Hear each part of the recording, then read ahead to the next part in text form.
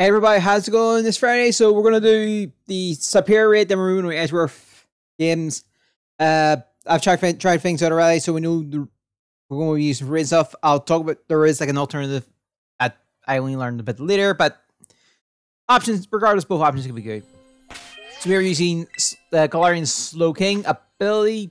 Technically, I think doesn't matter. Oh, I think I got this off Osiris as well. Let me double check where I got it from. Anyway. As set up, alternatively, you could use Superior in the base game. But you use your base, you're swapping the skill a few moves around. So, skill swap and combine would become Gastro Acid and Sludge Bomb. And then you can change Sludge Wave to Fenno Shock. Osiris, yes, Osiris. But yeah. So yeah, either of the two are fine. We're just going to use Superior. Let's go. Not Superior, Galarian Slow King.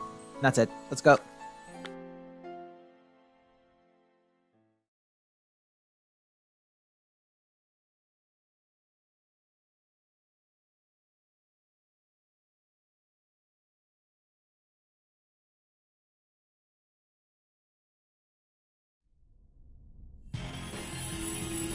Alright.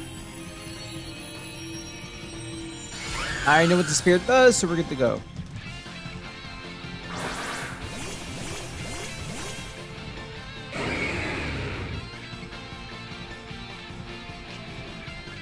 So we need the... Oh, thank goodness no Intimidate this time around. When I did a test run, I had Intimidate.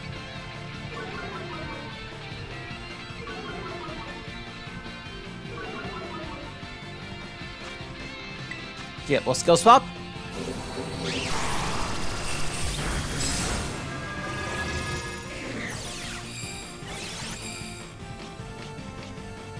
Now we have Afternoon Jesus Holding Rig there. Now we have Contrary, then Superior has. And then we're just going to use Acid Spray a lot. It froze! But it didn't. Oh, they're going to hit a fire move shortly after. Oh, wait, turn passes so quickly.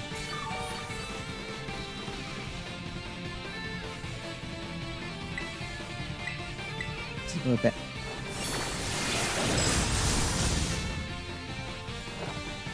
Yeah. Oh, the freeze is back.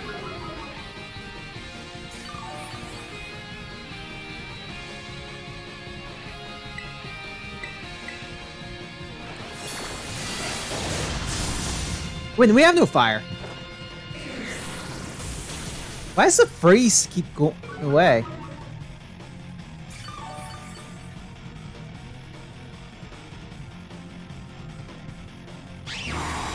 Let's already put the barrier on. It's fast. Alright, so we're doing half contrary for like 8 turn.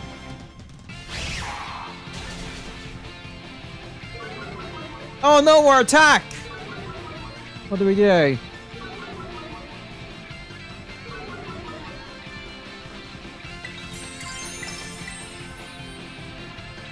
We're just gonna keep acid spraying here. Just gonna acid spray. Like, I don't think there's any, like, debate on that one. Sarcasm set aside. We've essentially won.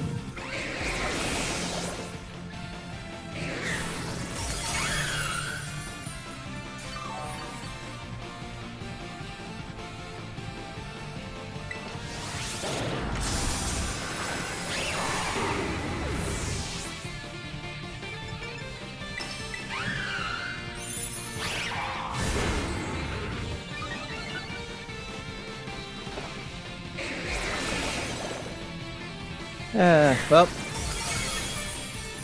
this is easy.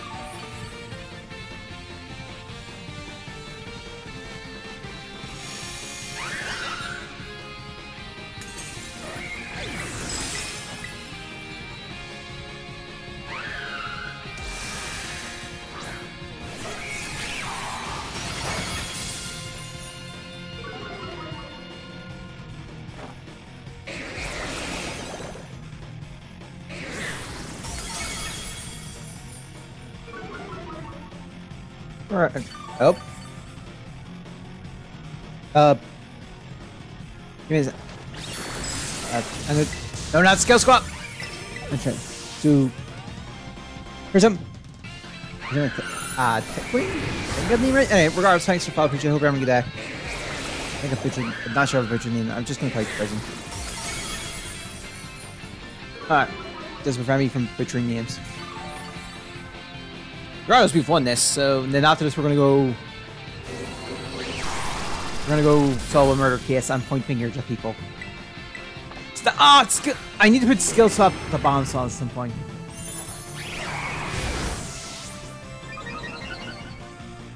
Wait, we still have Contrary?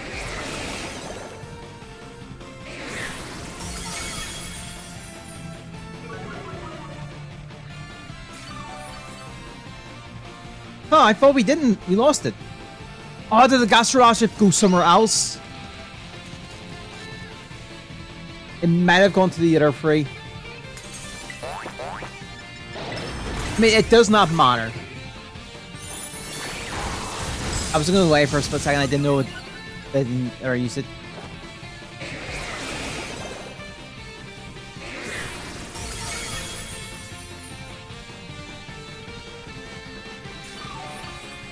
All right. I mean, like I said, we've won this, so.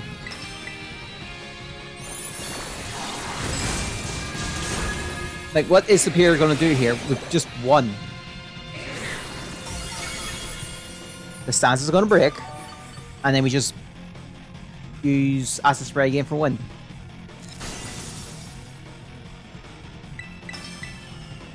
Also, I feel like now we're getting like these 7-star raids like a lot more. It looks like we're getting the end of support. We may be getting to the end of support. Which means we're probably close to AC. It's AC. See it. Pokemon see it. Legend see or whatever it's called. Anyway, we'll catch this in the end. I'll switch games.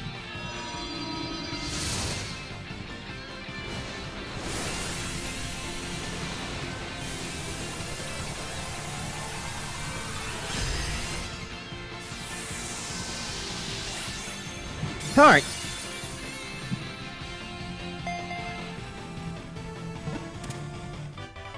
Okay. Alright. I felt about average is the other one, so yeah. Alright, we'll put it in the box, save, and then I will switch games.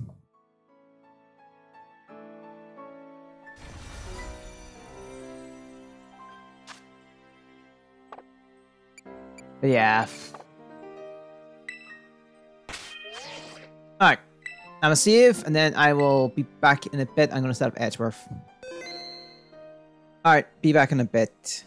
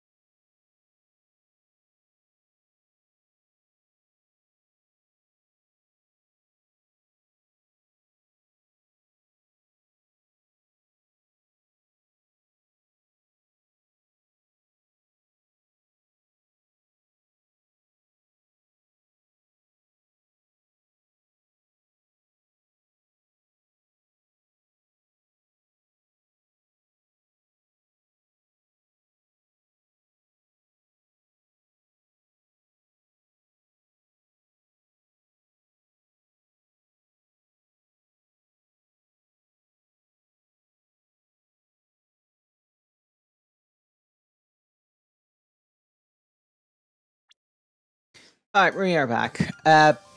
Again, we're in the middle of case 4, so this one. So I think we're exactly at the halfway point. Let's just continue.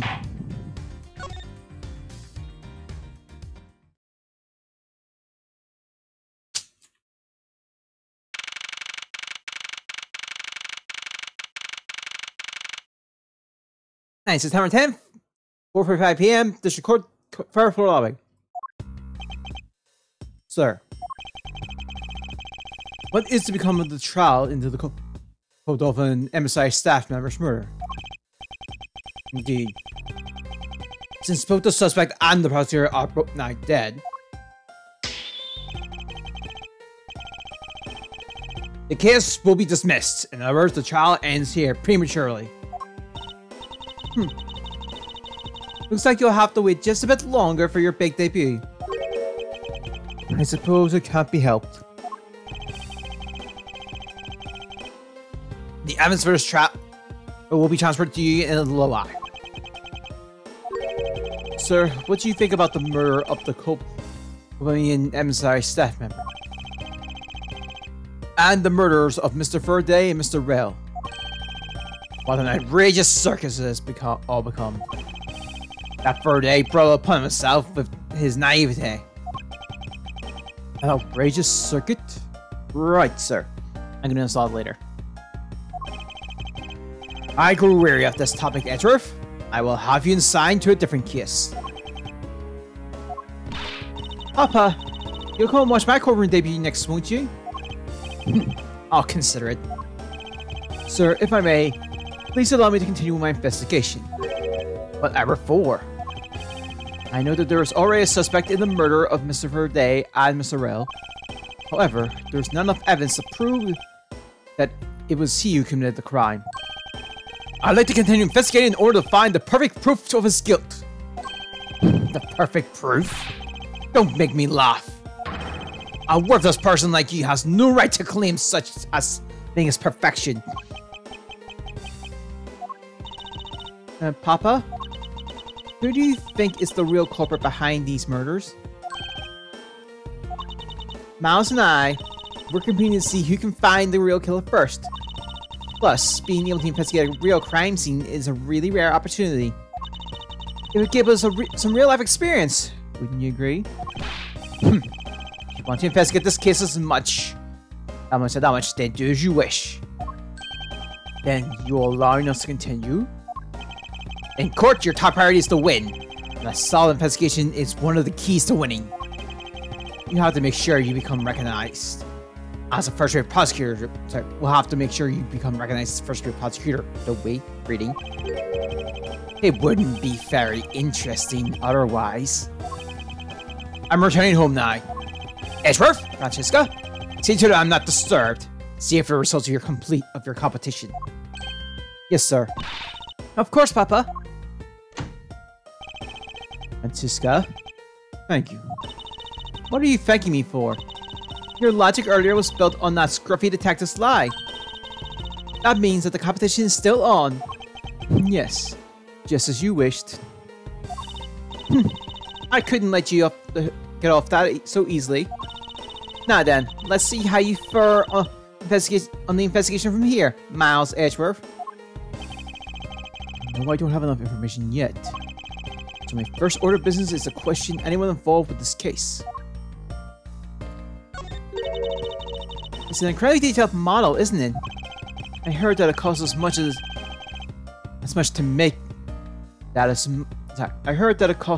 make that as it costs to build the courtroom itself. What was the point of making such an expensive model? I felt the exact same way upon hearing it. It's so hard to understand such foolishness. Agreed.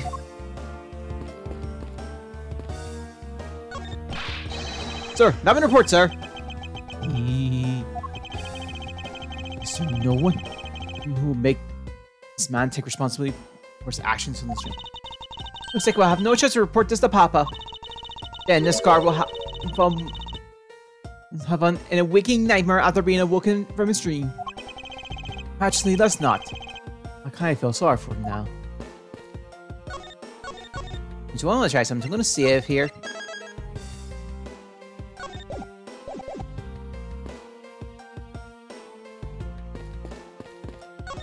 Okay. Any day now, I'll be taking my rightful place behind this bench. By that time, I should already be standing here. Oh, wait, darn disgraceful if I beat you to it, wouldn't it? Oh. If that were to happen, Francesca, I'll eat my croissant. It's the defense attorney's bench. I'd prefer to be standing on this side of the courtroom if that accident hadn't happened. What are you thinking about? The more ring in your face comes, the less I'm able to read what you're thinking. Oh, I never! I'll have you know, I don't have a single wrinkle upon my youthful brow.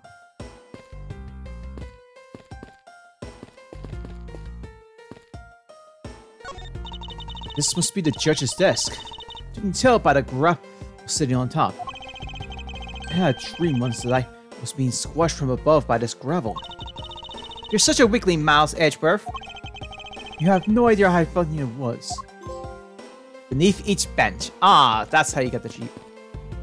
Okay. Which means the other one is a bit later. It must be a little bit later than the line. But we did get the trophy, so that's great.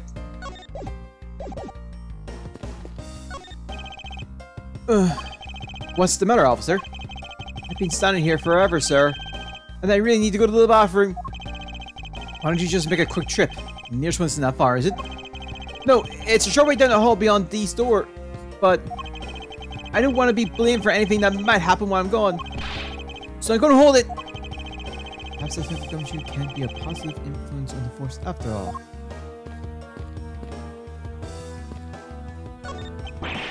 You can't stop the water, sir! It seems that the man who was here earlier broke it by drinking from it too much. Such a fools who pretend to not see the foolish actions of a foolish fool. Well then, why don't you lend the officer a hand? As if I should have anything to do with this. Besides, that water drinking phone moments is the thing that officers should be covering. Let's get an officer description of a water guzzler later. She seems to have quite the grudge. It sounds to me like someone wanted a drink. Miles Edgeworth. Yes. What's the meaning of this bulletin board? Why are there so few trials posted? It would appear that the entire week is devoted to Mr. Rail's trial. Is the criminal rate really that low in this country? Or maybe the police lack the proper motivation to get out there and catch the criminals. I'm afraid I can't comment on that. However, I can say I have my doubts about the younger detectives. It sounds to me like they're in need of a stricter hand. And I'll start my discipline regimen with that pathetic, filthy coat detective. What is that? I feel bad for the guy. And yet, I can find no suitable reason to stop her. Oh, this thing is so incredibly detailed! My inner modeling fanboy is impressed. I'm not exactly a fan of plastic models per se. But even I can sense the superb quality of this model. I simply can't come around behind that man can feel so much love for such a trifle. Oh, I see. You're a discipline of my father. So you would do well to guard yourself against an interest in such unproductive things.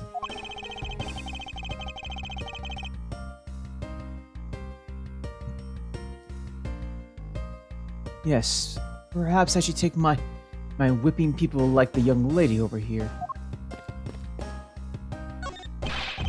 It wasn't me, I tell you! I didn't do anything wrong! Yes, I understand, so let's just calm down, okay? I'm not gonna anything with the detective while he's just agitated.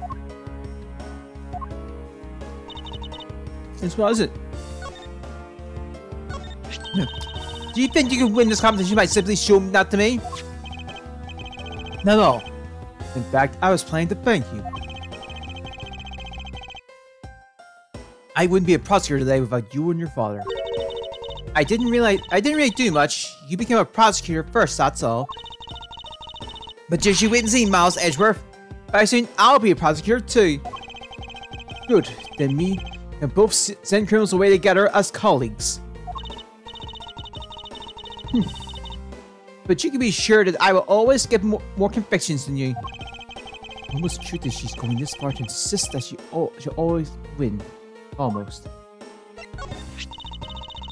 The KG incident, huh? The defendant was acquitted in that case.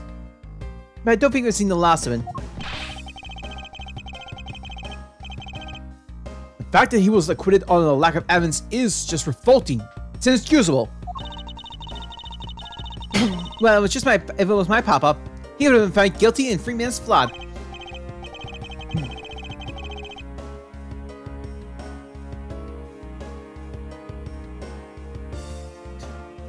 Indeed.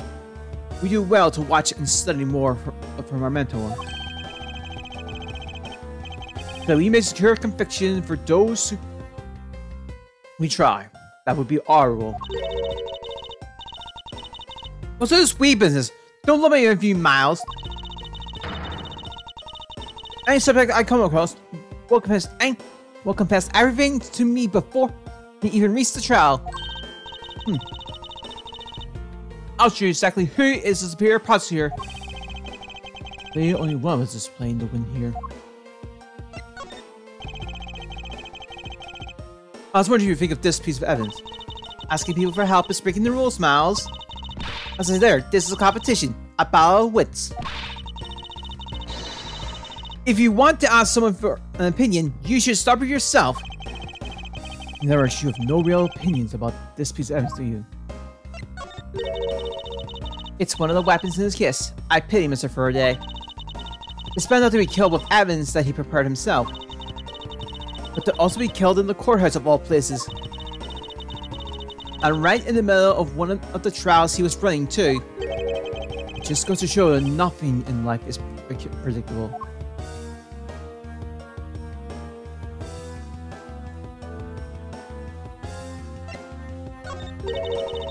This is him.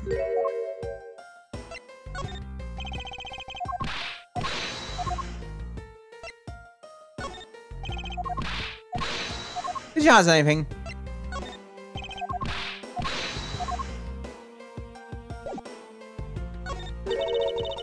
It feels like there's a whole backside to this case we're not seeing.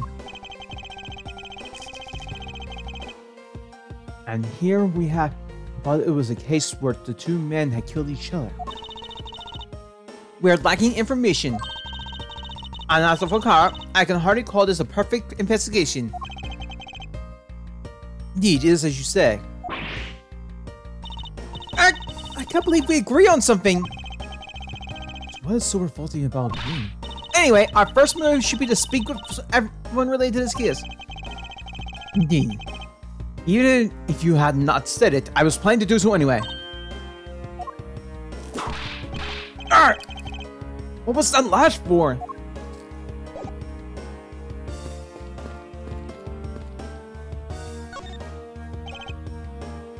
Miss you. Oh, it's you guys, on. Who are you? I'm sorry. Wait, you were at the crime scene just now, weren't you? You should be a spar for not knowing who I am. I am Francisco Foncara, and I am about to become the successor to the family inn. About to? I guess that means for now you're just another kid. In which case, it's only natural that I don't know who you are. Well, why are you being mean? Anyway, it looks like they're planning to hold Devon's a bit longer. It's one thing I can't stand, it's waiting. I'm terribly sorry, but I have a few more questions to ask of you. Look at you, eyebrow scrunch, with lines in your forehead. And that she asked you of you? What exactly is so funny? Sorry, I just bad doing. No, super serious atmosphere. Apparently, they failed to teach you the proper behavior at a crime scene in law school. Oh, I feel much better now. So what did you want to talk about? I can inquire as to where you were at the time of the murder.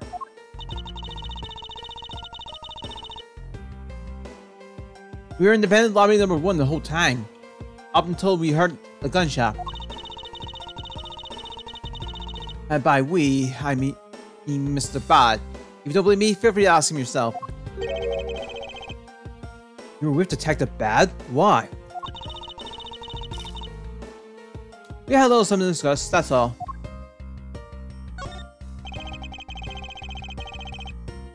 So I take it you are acquaintance with Detective Bad?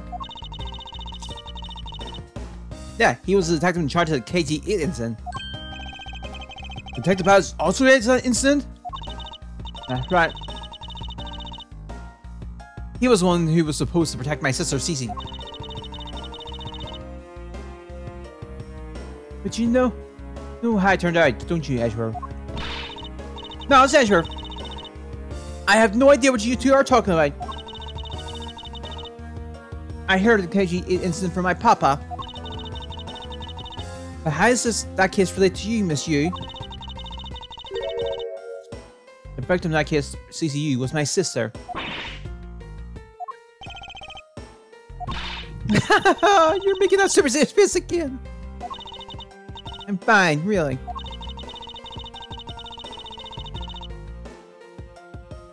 I'm just making a point to rub some salt in his wound his wounded pride every time I see him. The way she talks about doing that as she laughs away is kind of creepy. Oh, speaking of Mr. Bad, he and Mr. Faraday, I said they met up just but every single time the other girls made a move. It was practically a given that the two would meet up at every one of the crime scenes. See, he did mention he was in charge of the Yatagrasu investigation earlier. Maybe I should ask her what she knows about the Yatagrasu in more detail. You claimed that at the time of the murder you were with Detective Bad. But don't you lawyers usually discuss the trial with your clients during recess? We do, and that's what I was planning to do. But Mr. Day was being rather threatening and he dragged Mr. Rail away. After that, Mr. Bad came into lobby number 1 and we just stayed there and talked. And what did you talk with Detective Bad about? Nothing interesting. I just insulted him some. Talked about how the trial was going, and then I insulted him some more. Bloody! When she's not laughing, her mouth seemingly spews nothing but insults. Anyway, Mr. Bad and I were in defendant lobby number 1 when the murder occurred. Sorry. So I really can't tell you anything about the hallway or lobby number 2. Let's see. I'd like to ask you a few questions about your client, Mr. Macbell. Now, your client first claimed to be the Yatagrasu, is that correct? Yeah. Once I heard that it was the Yatagrasu that had made off with the evidence from KG8, I began to ask Mr. Rail all sorts of questions, but to no avail. Turns out Mr. Rail was not the Yatagrasu. He had just made it up. He made it up? Mr. Rail's crimes was caught on tape by the security cameras.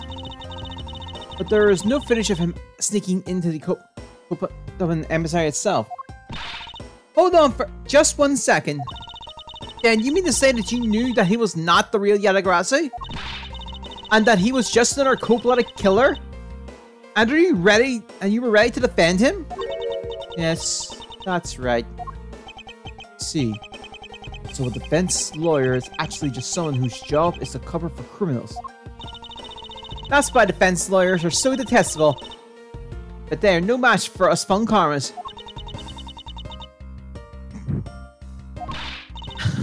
I don't believe it. You're serious. Why don't you save that face for something really worth being serious about? And then, Sheriff, do you remember what I said earlier? I have my own agenda. I'm still on the hunt for leads regarding the KG incident, alright? And for that, you have not a single qualm about defending a known killer? Don't put words in my mouth. I said no such thing. The only way I had to get close to Mr. Rell was to be his lawyer. I had no intention of covering for him, ever. So don't you dare suggest I was going to. I'm sorry, forgive my rashness. Miss Yu, I was wondering if you could tell me about the Yatagarasu. The Yatagarasu, huh? I don't really know much about that character myself. But I do get a lot of consultation requests from companies to defend them. Requests from companies? Yatagarasu isn't some petty theft out for money, you know. Alright then, perhaps the Yatagarasu is in the business of stealing people's lives. You're not very funny or witty, are you, little Miss Von Karma? Francisca, be careful who you whip! Choose carefully or it might be someone. There, I chose carefully, just like you wanted.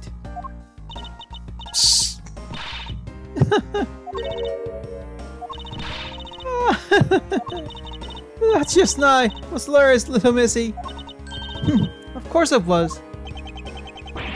What is wrong with these two women? Why does my pain give them delight? And so, in the end, what is the Yatagarasu? I have to say, I have never ever heard of this thief when I was in Germany. The Yatagarasu deals with information. Namely, in digging out dirt about backroom dealings and the likes of companies. The Yatagarasu is a vigilante who steals such info and makes them it's public. It makes the Yatagarasu is a vigilante who steals such info and then makes it public for all to see. Vigilante or not, this person's like just another criminal than me. I suppose you could put it that way too.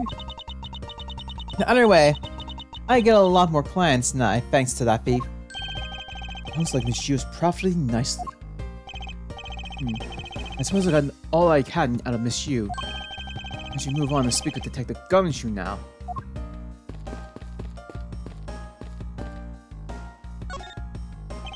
Detective Gumshoe? Hey, it's you, pal! You're here! As am I. I don't think you need to whip him to let him know that. I didn't do it, pal! I swore my honor as a detective! I really didn't! The words are useless. I place my trust only in the evidence, detective. Once the investigation is fully over, and should we find out that you are the killer, there will be no mercy to be had out for you. Have a heart, pal.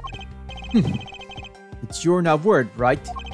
After all, you have nothing to worry about. If you really are innocent, that is. That's right! Hey, pal! Go and do your perfect investigation and get the real killer for me, will you? I would have done so, even had you not requested me to, detective.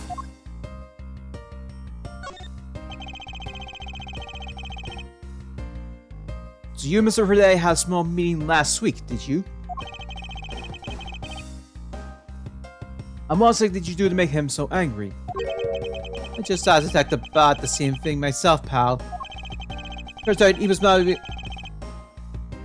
He was mad at me because of my very first day as a detective.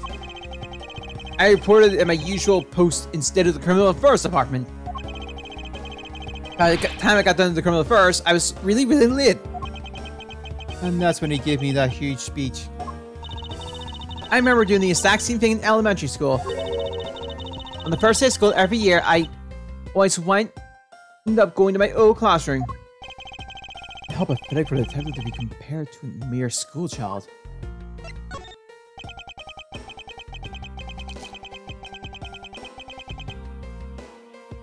You claim to be standing guard in front of the door in lobby number 2 during recess. However, when did you receive the order to do so, and from whom? Earlier at around 3:20, from Detective Bot, pal. The child took a really crazy turn.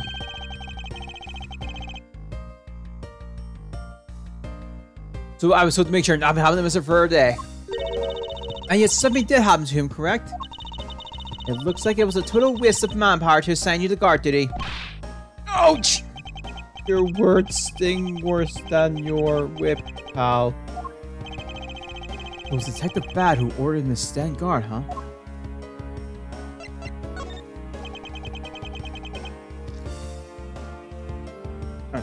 Now Detective Gumshoe. Is there anything else you'd like to tell me? Nope, not a thing, pal. In that case, allow us to take a look at what you are carrying on your personage. Ah! Wait! You can't do that! There's nothing of any particular value here. Well, my hand covers and badge were confiscated by Detective Bad, so, you know. And what is that open envelope I see sticking out of your coat pocket? Ah! Hands up, pal! Just show us it to us already. Yo! Annual bunk. Let's check within. $5 total. Except there is no check inside. You had your look nigh. Now give it back, pal. It's my first bonus of brand new detective. I just got it and cashed it today. I had literally no cash on me up until I did, you know. I thought that was really special to me. Now give it back. Don't need rubbish like this. Don't worry, we'll throw it away for you later. How could you?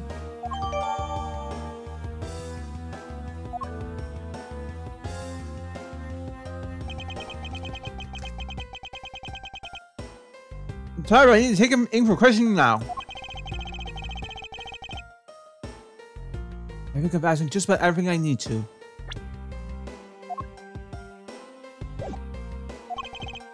Oh wait, since he's become a suspect, there's one piece of evidence I should reconfirm. Officer, I ask that you wait a second. I still have one thing I'd like to reconfirm with Detective Gumshoe. Understood, but please make it brief, sir. You can hear from the horse's mouth. Let's confirm whether or not his testimony about when the crime scene occurred is true.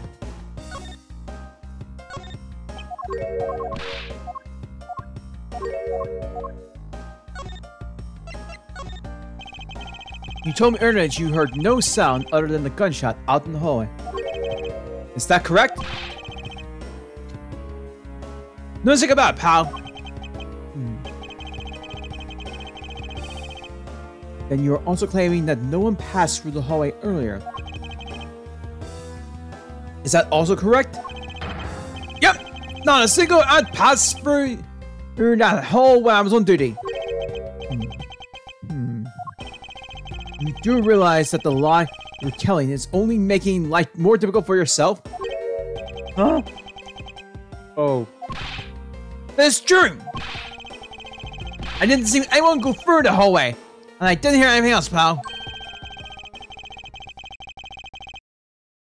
I bet they could have found a way to kill the two guys that's beyond even what I can even imagine. So he intends to continue telling this ridiculous lie. But why would he do so, given the situation he's in?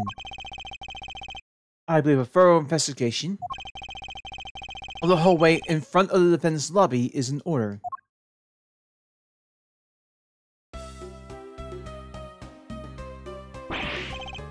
Not you!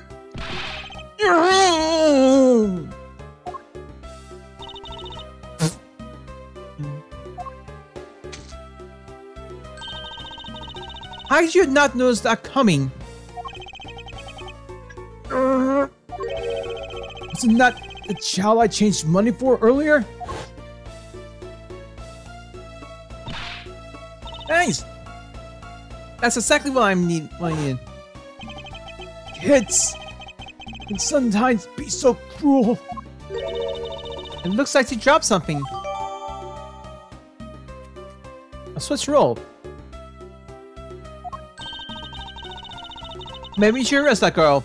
She might turn out to be a valuable lead. At least some sort of punishment may need to be dealt with the next time you meet.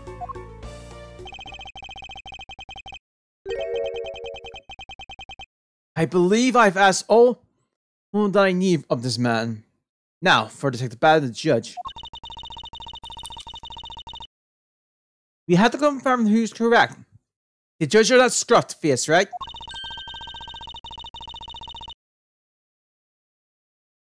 Then I suppose we should inspect the hallway in front of lobby number 2 next then. Suppose so. Shall we head over, Francisca? Down over.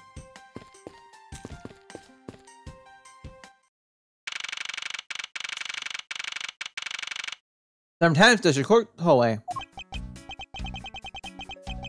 Don't you see anything else? Oh, I don't think so. I see. Well, thanks for your cooperation. Oh, it's nothing. Just do my duty as the defender of the law. That'll be all for now. I'll ask again if I have any other questions. Anytime, Detective. Excuse me. I have a few loose ends I have to tie up. Oh, you're a new prosecutor. This is from Congress recommended, right? My name is Miles Edgeworth, Your Honor. And I'm on fan from Conrad's daughter, Francisca von Clara. I'm set to become the successor to my genius spotter any day now, Your Honor. See. Mr. New Prosecutor, recommended by Dave von Clara, Miles Edgeworth, and Miss...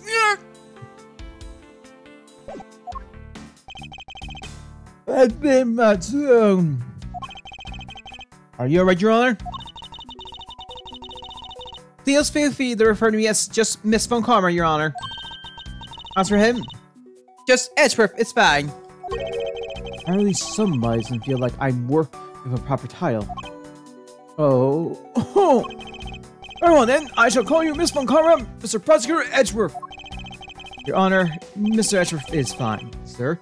Now, about your earlier testimony. Yes, what about Mr. Edgeworth? I'd like to ask you a few questions about what exactly you saw. Alright, after all, it's my duty to clarify my testimony as a defender of the law. I greatly appreciate your cooperation, Your Honor. The first thing I need to do is figure out that detective's exact movements.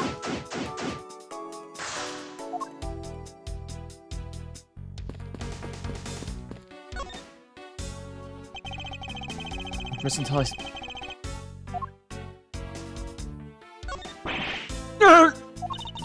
What's the matter? I pricked myself on one of this cactus's needles. I didn't think the needles in this thing would be so sharp. Well, what did you expect? Can you imagine how bad it would be if you were hit on the head by one of these? Anyway, this cactus seems to be unrelated to our case. You really think so? Because I believe this cactus is sitting on this windowsill. Well, it's completely related.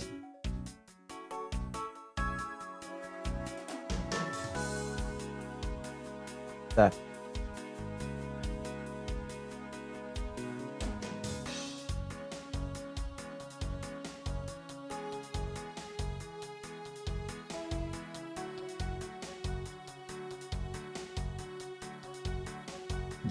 Ah!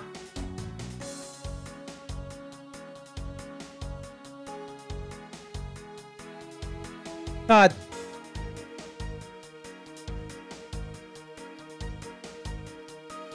That really does suck. Anyway, actual business. Anyway, pot of cactus sitting in the hallway windowsill. Its needles are dangerous. Oh, well then, I look forward to your explanation on how exactly it's related. What is this? It's a pink colored piece of trash. Made of rubber?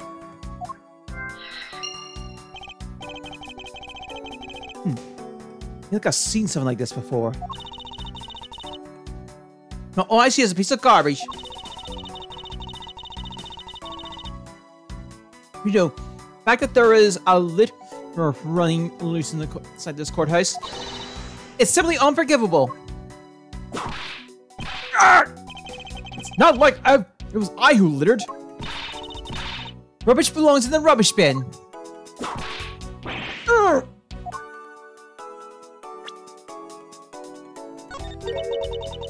What are those black specks? Speckles?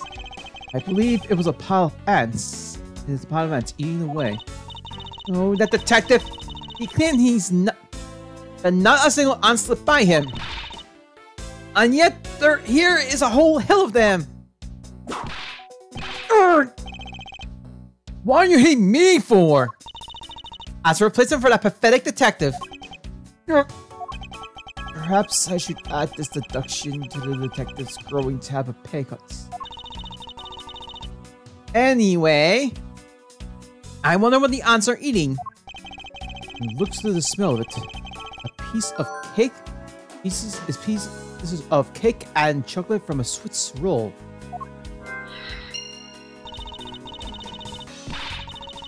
Miles Edgeworth. The courthouse is to be kept pristine at all times. It wasn't me that dropped food on the ground. The courthouse must be kept clean.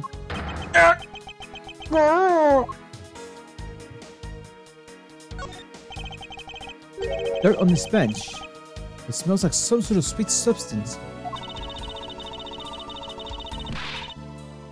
I can't believe there is someone going around dirtying the courthouse. For shame. Hold it. Calm down, Francisca. Now take a good look. Doesn't this smudge look kind of like a handprint to you? I suppose it could be. Which means that perhaps we can lift the prints of the person who sullied this bench. I see, and then we'll know the identity of our mysterious slob. You there, the lab technician. Would you please find out who this handprint belongs to? Sure, yes sir. I got the results of the fingerprint analysis, sir. And do we know who they belong to? Sir, the fingers belong to Detective Gumshoe. Oh, interesting. Good work, officer.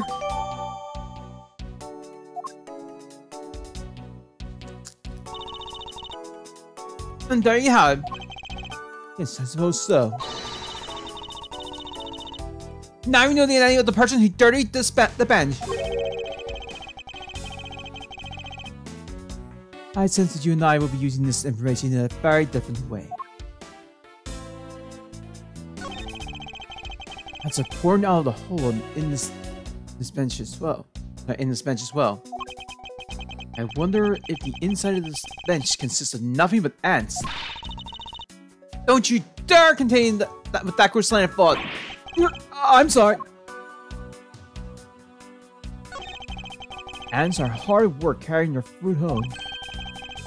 It's a marvel that they can pick up such comparatively large objects their size.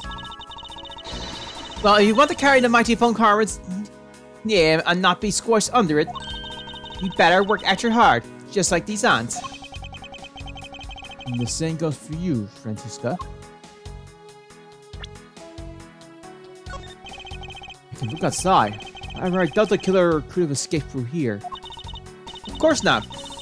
This is the first floor after all. It appears that bars were installed on this to prevent people from falling out. Bars? What bars? Can you not see them from your vantage point?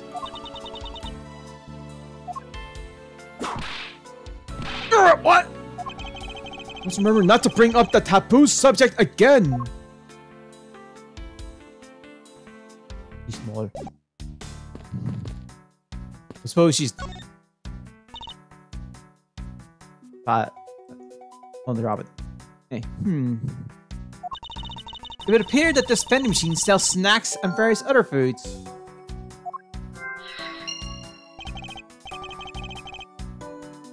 Just lovely. What will they think of next? Don't be a jerk in court like these beef jerks. 1 pack for $9.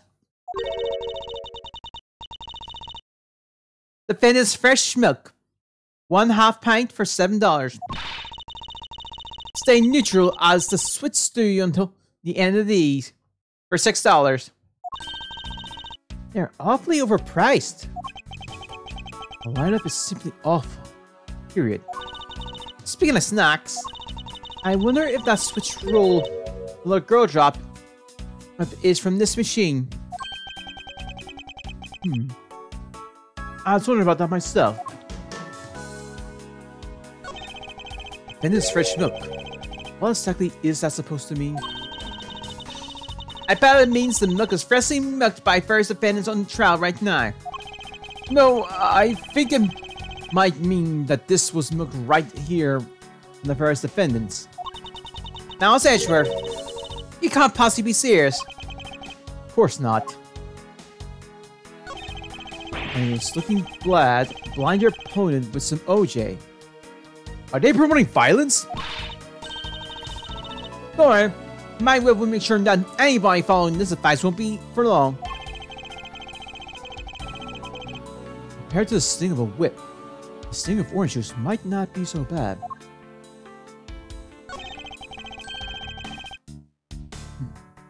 When you're in hot water, you might need a hot dog. It looks like this slogan was decided through a public contest.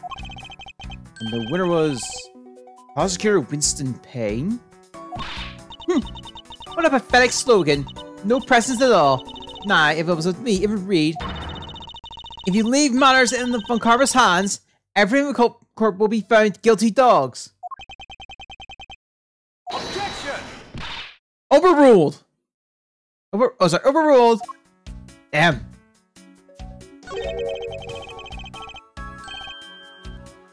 Don't be a jerk in court with these beef jerks, I see. Objection!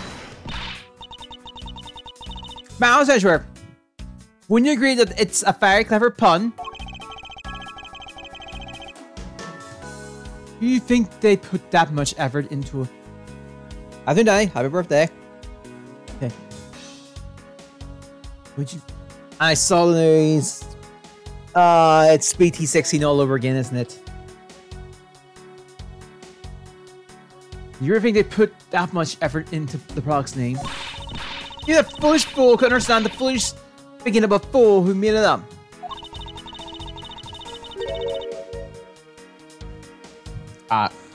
Right. So, happy birthday, in case I don't get that said before, huh? You're acting so foolishly like... Come on. You're acting so foolishly that I got so thoroughly mad, and now I am utterly famished.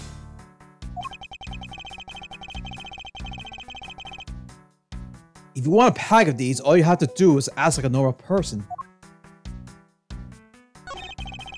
Don't let the prosecutor and the defense make a ham sandwich out. Who wrote that? I don't know. Sounds like it's directed at the hand of a judge. Well, it certainly isn't directed at me. I can outmaneuver him any day. Stay neutral as a switch until the end of these. End of what? Well, I assume it means the end of the trial. I suppose that means that one should eat these during a recess. Yeah. Was I right and I saw that thing that the EXL got pushed back a few more weeks? It is, then like I said, it's BT16 all over again. So now I have it two decks thrown in the mix. But you can't eat during the trial, so I suppose the only time you can eat them is now, huh? I wouldn't mind if you want to eat one now. They come in packs of 2 after all. We're in the middle of an investigation. Besides, I don't have $6 on me. If you want, we can pull our money and buy a pack together. If I had to split it with you, then I don't want it.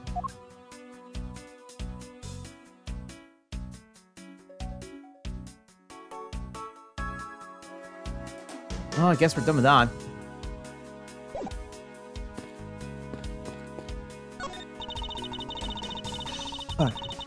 It doesn't look like there's any... Contradictory left in this area. Wow. Oh! Right! I forgot to. I was going to mention some point. I won my locals last Saturday with the Aboramon. I suppose not. Let's check somewhere else. Did you find something, officer? I think there's a $5 bill back there. Come on, just a little more.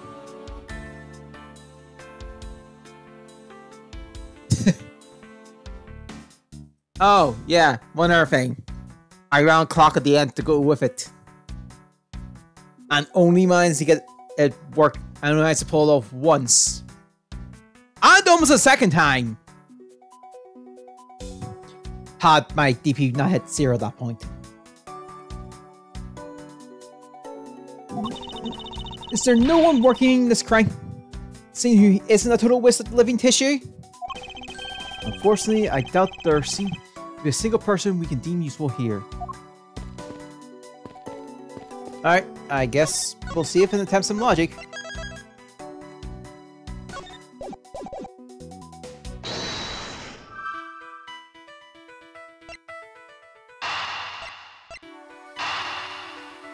Let's try this. No.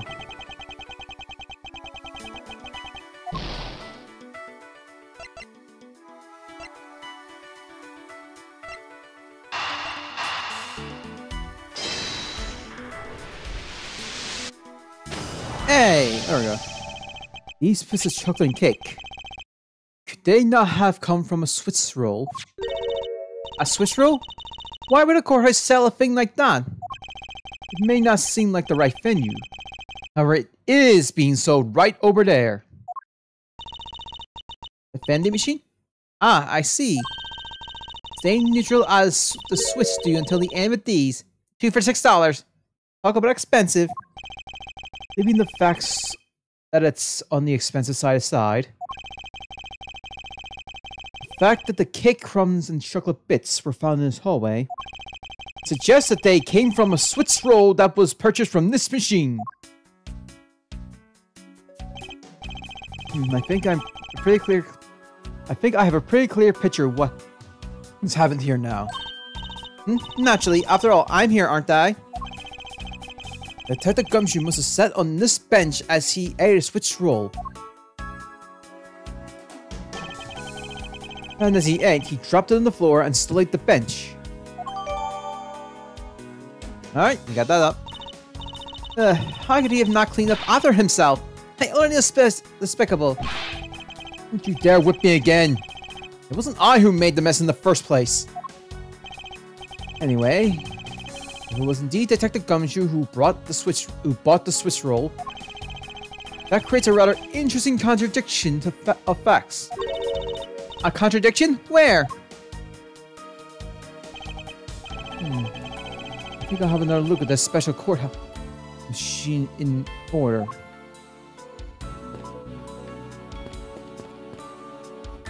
Oh, I forgot to talk to the judge. Your Honor, I'd like to ask you a few questions if you don't mind. Where were you at the time of the murder? Do you suspect me of something? Yeah. I mean, this was like at your first trial. No, nothing of the sort, Your Honor. Very well. You may continue your testimony. Your Honor, it's your testimony I'm after. Oh! I had no idea you were chasing after me or my testimony. I'm beginning to sense that I might want to avoid being in a trial run by this judge. Let's see here. Now then, how shall I put this?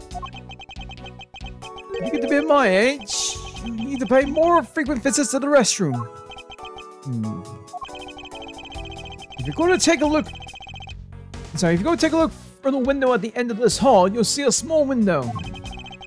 That is the window to the men's restroom. In the emergency, you can see clearly into this hallway from the men's restroom.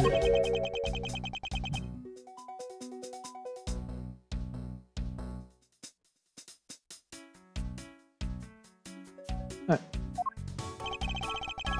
I was going to the restroom, that Detective Gumshoe isn't. Well, he was standing in front of me at the vending machines to buy something from it. However, and this I couldn't believe, when I was about to exit the restroom, there was not a soul in the hallway anymore. Yep. Your Honor, if you could please come down and explain to me rationally. I'm really sorry. Please let me regain my composure. It was really suspicious. That's what my finally honed judge's intuition said. Though, until the murders occurred, I just sort of brushed it off. Apparently this judge doesn't understand the concept of staying calm. The restroom window, huh? I wonder if you can really see the man's bathroom window from that one there. You can. I'm looking at it right now. I demand that you show me this view at once. I suspect that her height is what's limiting her ability to see. That's probably all I'm going to find out from His Honor. Senators, may I return to my other duties now? Yes, I'm sorry to have held you up. Thank you for your cooperation, Your Honor. Anytime, Mr. Edgeworth, anytime.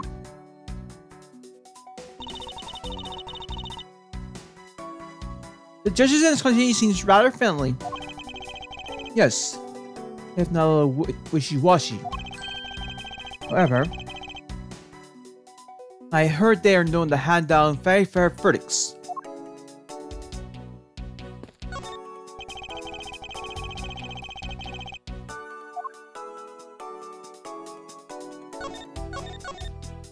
I can know this one.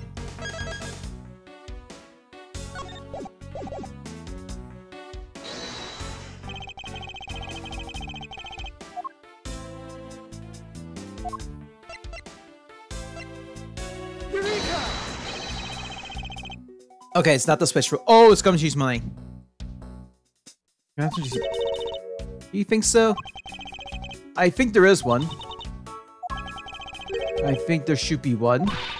Do not anger me with such foolish games of semantics. I better look a bit more carefully for my evidence once again.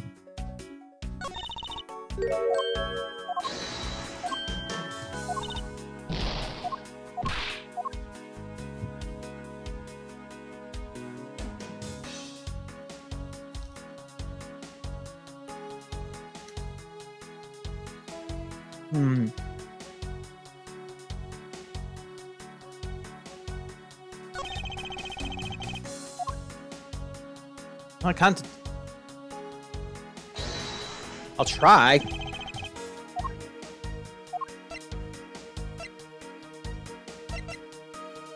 Eureka! It's not done.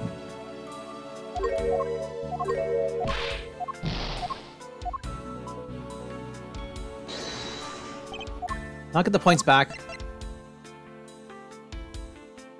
Eureka! Oh, there we go. So, about Detective Gumshoe's finances. He said that until this morning, he didn't have even a single penny on his personage. Just how poor is that guy? If his bonus really was only $5, then he should not have been able to purchase a pack of Swiss rolls. However, the facts being as they are, we found cake crumbs on the floor. Meaning Scruffy must have brought a pack somehow. Indeed. That detective should not have been able to purchase a pack, and yet he did. The question is, how?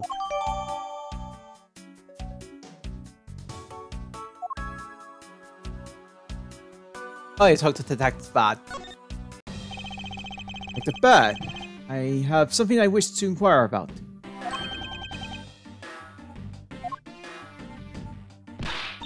Hey, how about doing some actual work, you? I wish to inquire about Detective Gumshoe's movements during the recess. You're getting in the way of the investigation. I have an order from Mr. Von himself. Plus, I still hold investigative authority. I hear you were the one who called for Detective Gumshoe to come down here. Faraday. That guy was just accused, you know? I just knew something was gonna happen. My detective instincts told me. A lot of good, did you? You couldn't even protect one lone prosecutor with it.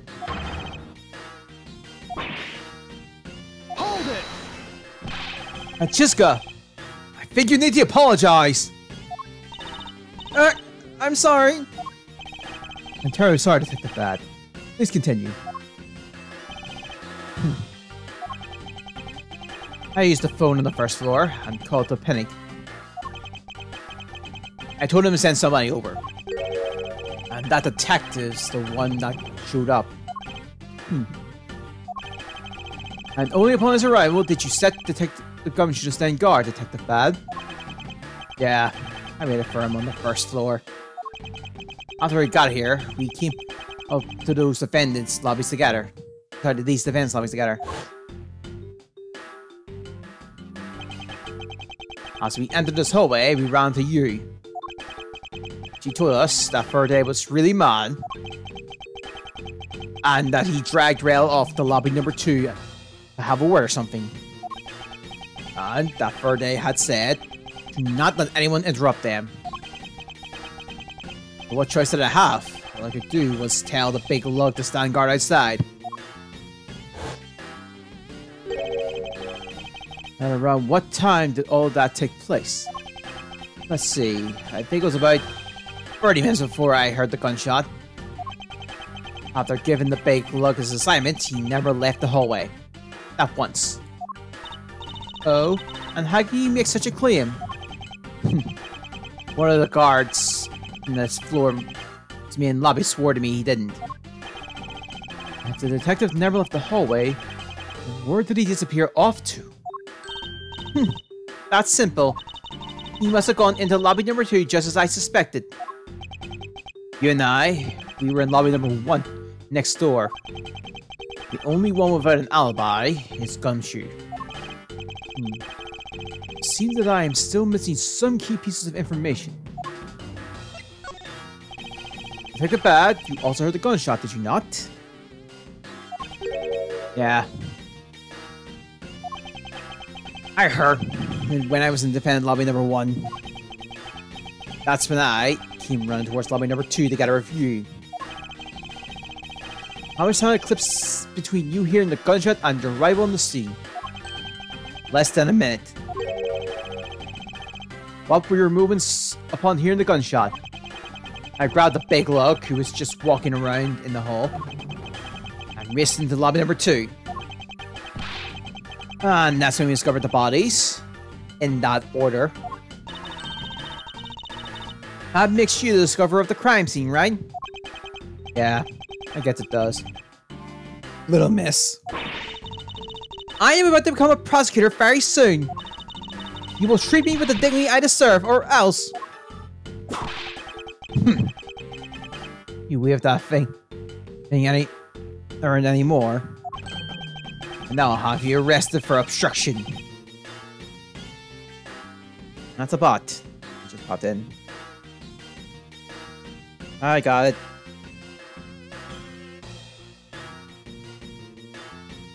I got the bot.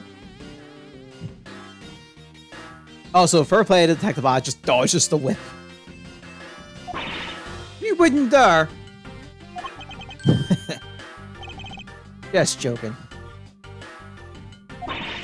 That is really something if we can make Francesca behave. Are we about done? Anything else I should ask him about? I'd like for you to tell me the exact time you heard the gunshot. It was around the end of the recess. And the trial was about to start again, I think. He was supposed to make time for himself to transfer the evidence he was holding. But I got the sense he wasn't going to show for the hand off. I figured I should go get him, or he'd be late. And just as I thought, bang! Sound of a gunshot hit my eardrums. You heard the gunshot right before the trial was about to restart, huh? Are we done here? I don't have any time to waste. Oh, then? Oh, come on. All you're doing is standing in front of the store, doing nothing.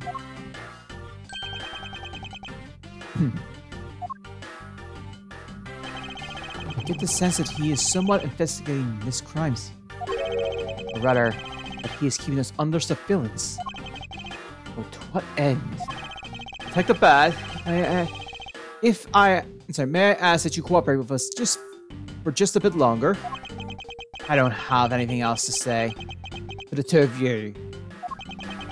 You guys were the ones who said you wanted to investigate in the first place. Fine then. Be obstinate. I'm sorry I messed that word. Anyway. We'll do just as we please. Come on, Miles. You may no longer be willing to help us. However, may I ask for the forensic scientist cooperation? May I ask for the forensic scientist cooperation? Does she like?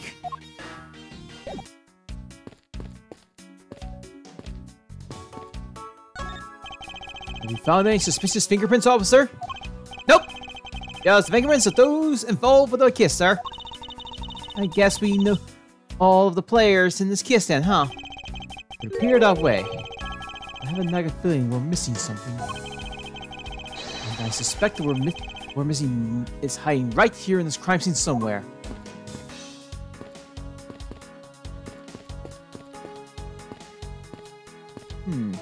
Might there be more? I'll see if though. I think we're at the point where we can get the points back.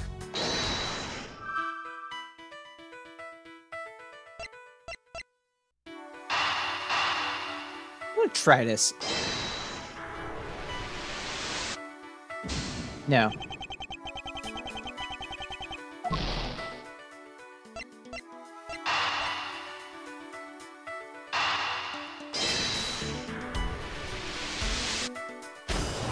Oh, shoot. I'm taking the points back.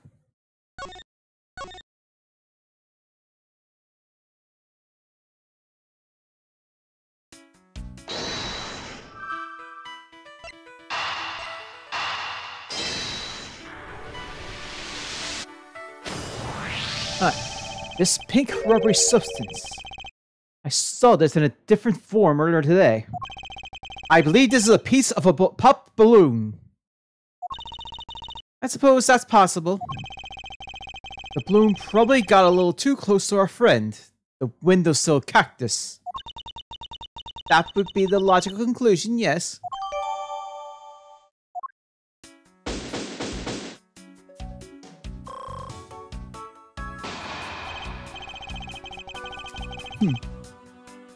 I believe I now have a firm grasp on what happened here.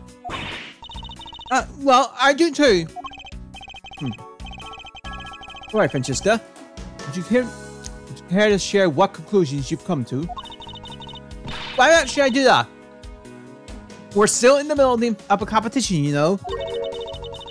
We should be checking to see if your conclusions are wrong first. So you go ahead.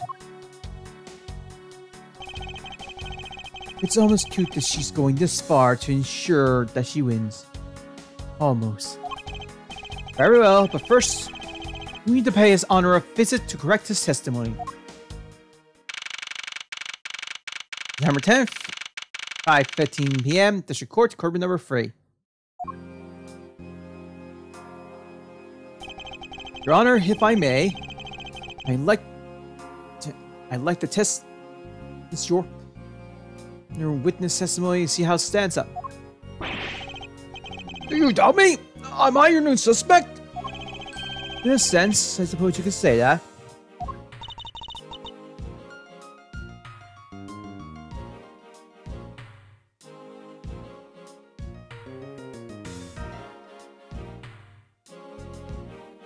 Even you, a judge, are nothing but a common witness before Phone Karma.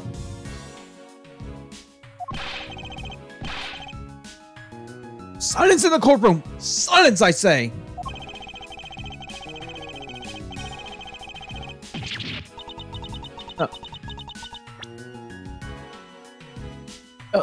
Mr. New Prosecutor recommended by my friend McCarthy. Miss Genius Prosecutor to center the mad for McCarthy.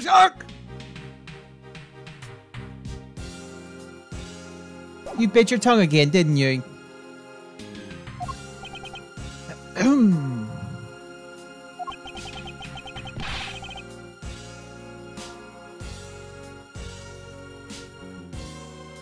As the defender of the law, I could never give false testimony.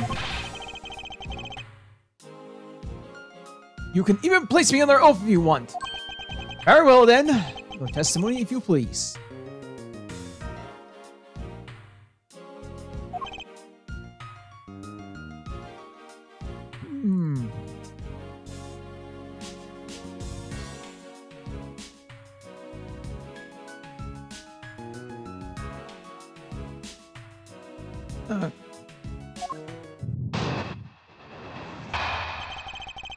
Well, I stalled recess. During recess, I went to the restroom.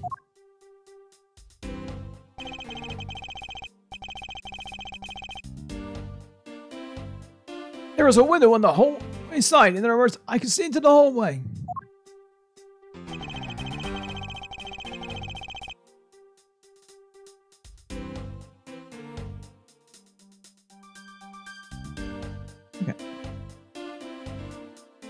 And as I entered, I saw the detective find something from the vending machine.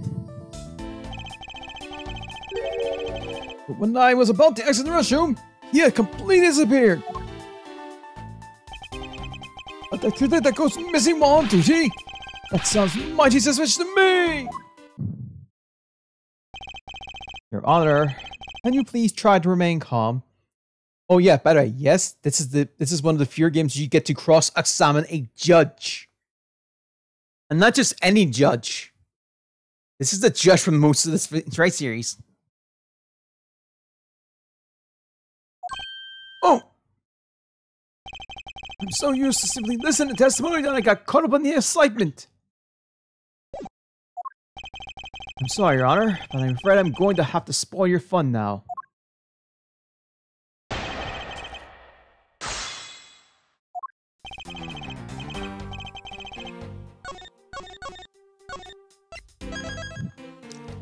What's the judge's testimony? Hold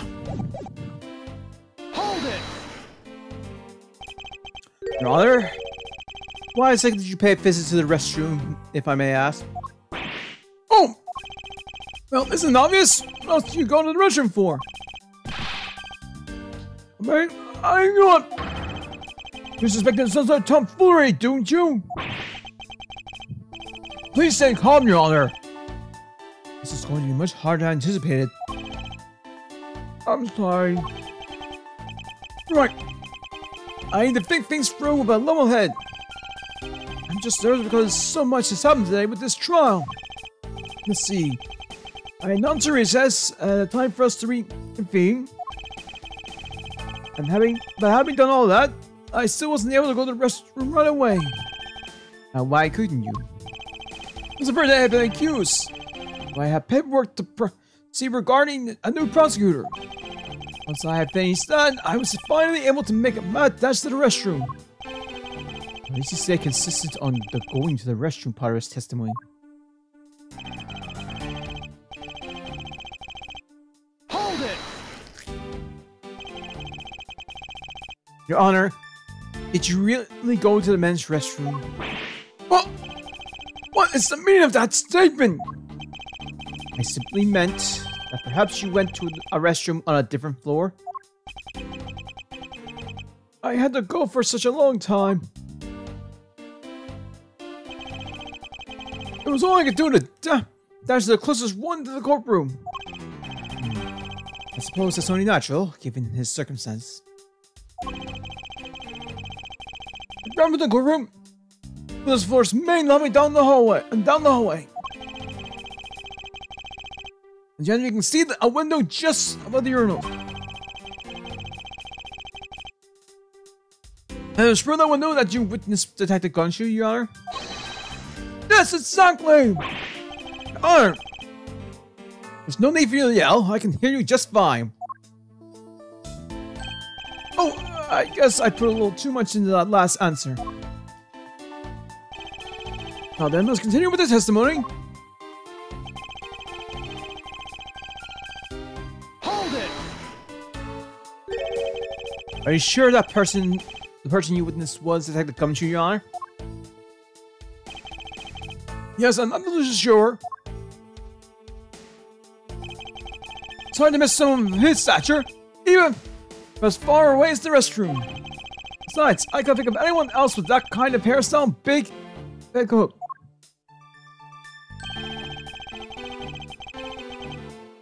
Well, I was simply wondering if you were mistaken in what you saw. What?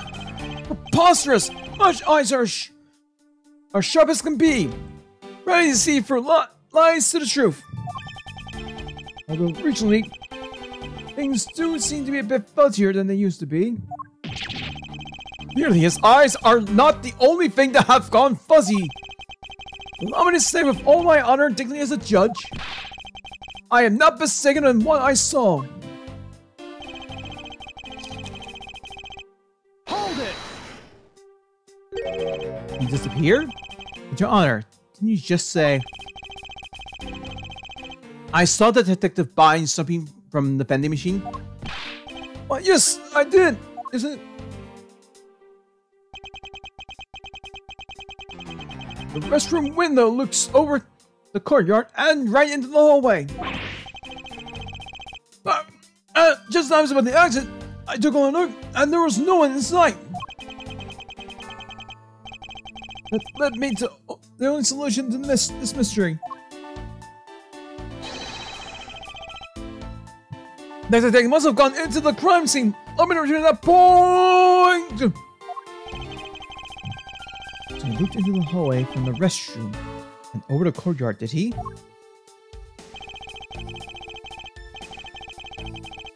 Hold it! Your Honor, might I ask that you remain calm? No. I'm perfectly calm. You're being anything but perfectly calm.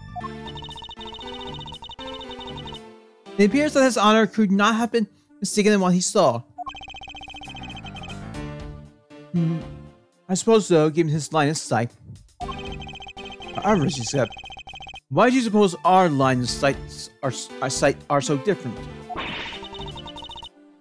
If you're referring to my height? Can you hold that whip for just a second? Now, about His Honor's testimony. I believe his line of sight to be an important factor. If that's important, then why don't you hurry up and tell him already? I will. But there is one thing I need to do if I am to correct His Honor's testimony. I'm going to need to retrace Detective Gumshoe's movements.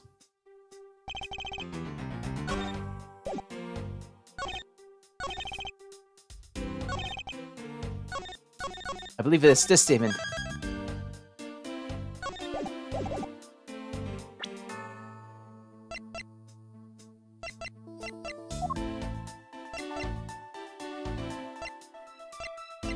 Objection!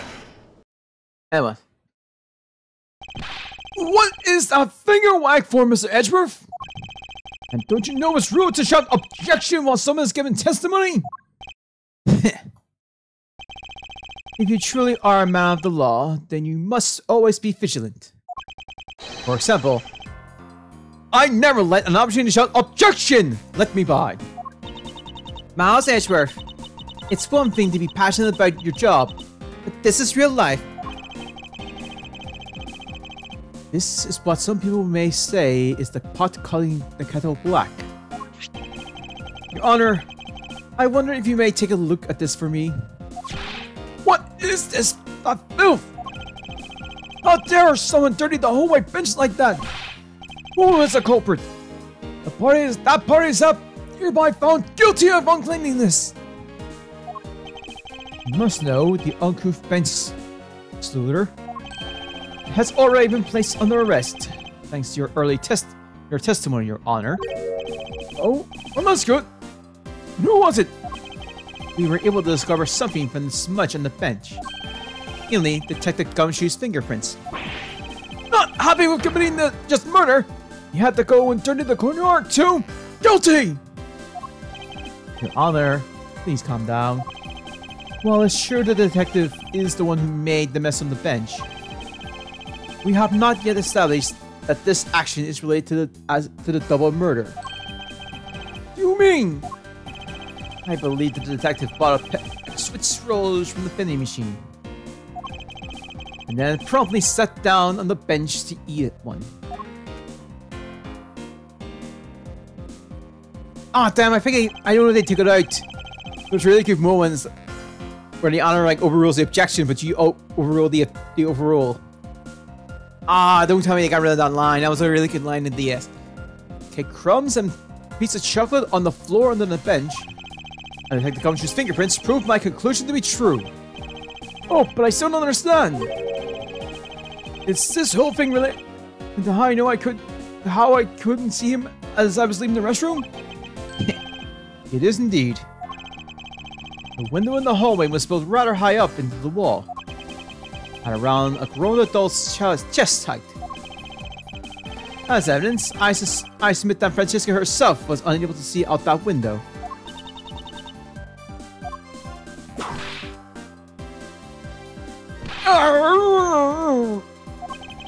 I knew I shouldn't have used her hide as evidence. What's good evidence? Basically, what this means is that the area directly under the hallway window is a blind spot when the hallway is being viewed from the men's restroom. Done!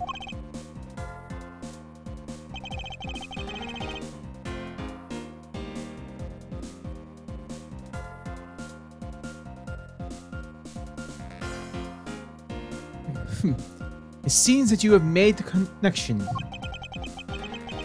If someone were to sit on the bench under the window...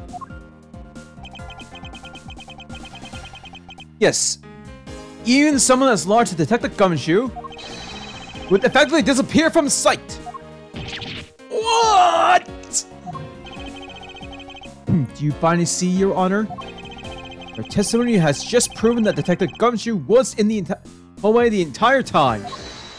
Hold it! Oh, sorry. I didn't mean to say it with that much enthusiasm. All I wanted to do was try saying it once. Here, let me try that again. Hold it! Is there something of value you'd like to say? Yes, actually there is. I remember something else just now. Mr. Edgeworth, please allow me to testify to the court one more time. Even if he overruled him, he'll just keep on talking, wouldn't he? That might not be a bad thing. More info, the better.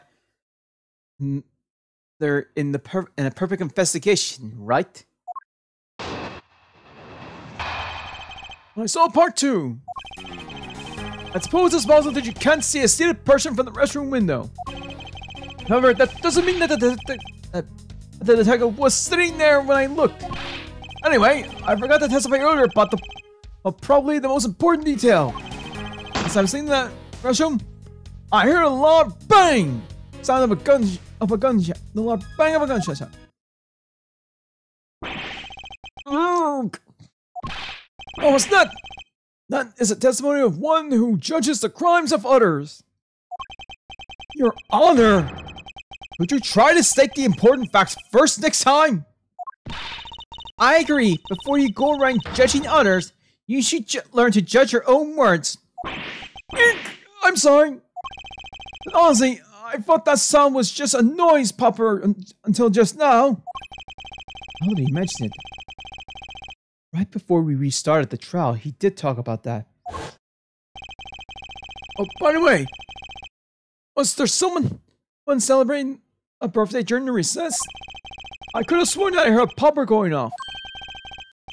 Come to think of it, the other day, my grandson. The most critical point in this argument is when the judge is look into the hallway, where that lines up with the gun, and when the gun is actually fired. Your Honor, if I may, I'd like to clarify a few details in your testimony.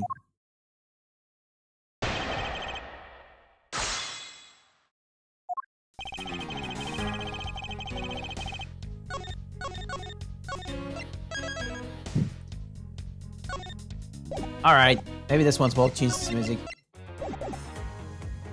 Hold it!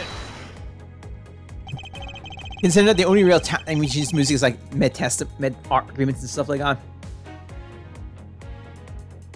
Also, so he's just saying testimonies and knowing the answer of its arguments and rebuttals.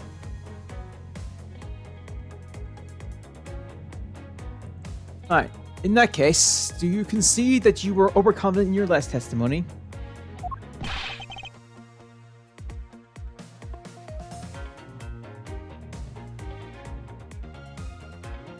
Oh, hold on there! I just said that it was possible that you can't see a seated person from the restroom this time! Did you know something?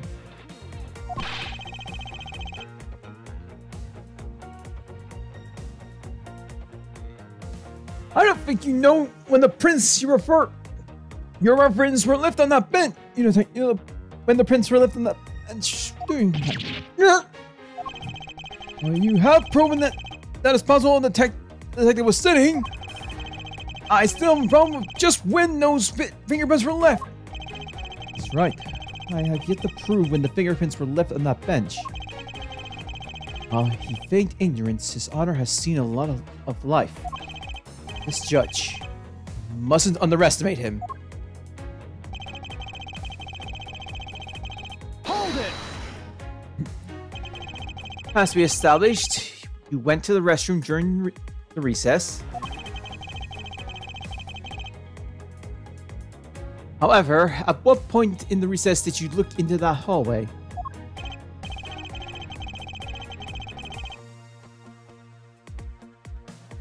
Huh. After I called for recess, I handled the change of prosecutor paperwork.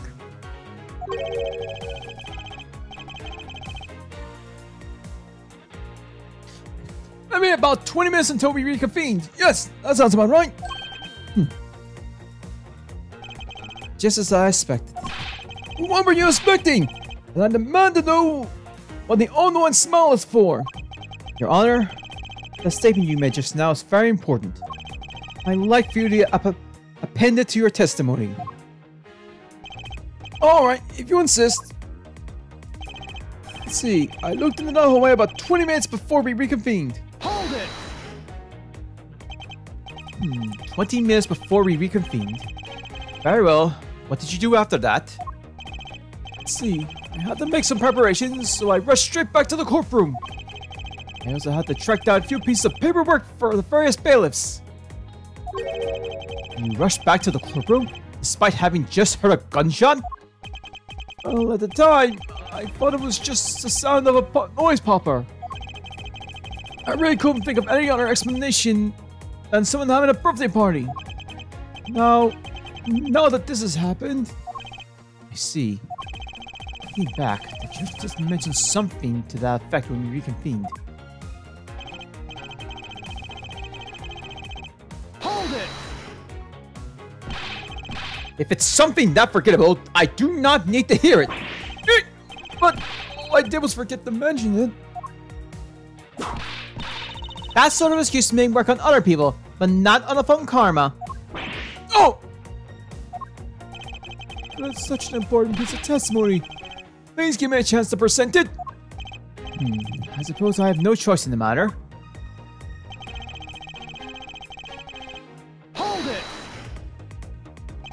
Your Honor, about what you just said. I know, I can't believe... Oh my god, Your Honor! Yep. I can't believe that. I heard it. Bang! Went the gunshot. I heard it loud and clear. Then I had a knee-jerk reaction. Ah! And jumped into the air. Like this. And yes, just like this. And a quick ah! Your Honor, please remain calm when you are trying to explain yourself to me. Yes, sir.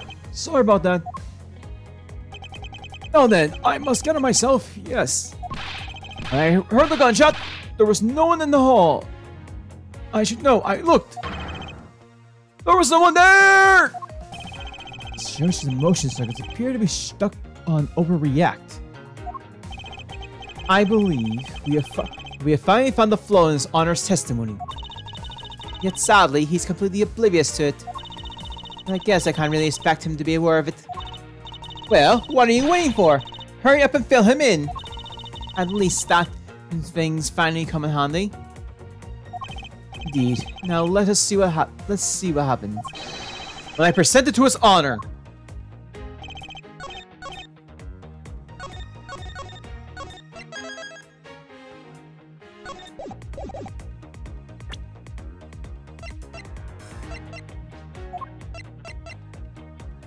Let's try this. Objection! Nope. That wasn't. It's definitely not a statement. That statement, this piece of evidence contradicts one another. I don't feel a contradiction in the air. Sir Edgeworth, I advise you be a little more cautious with what you say. It appeared that I was mistaken.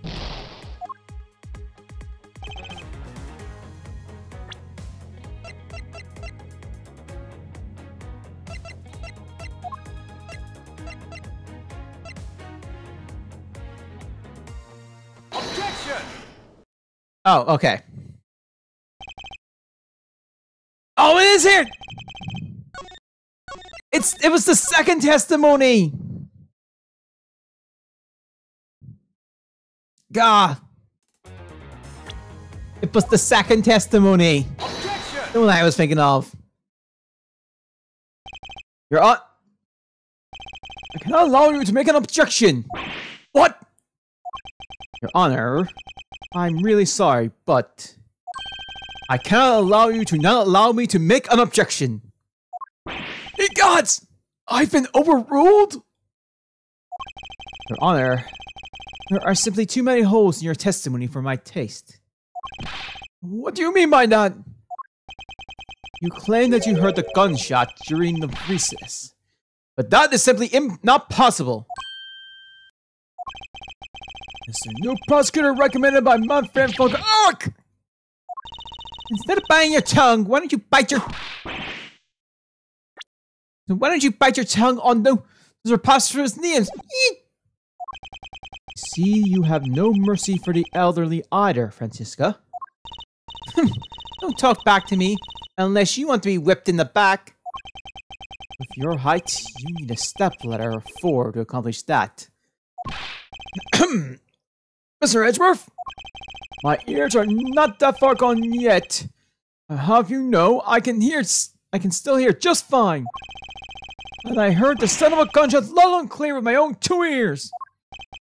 Your Honor, I have here an interesting bit of testimony.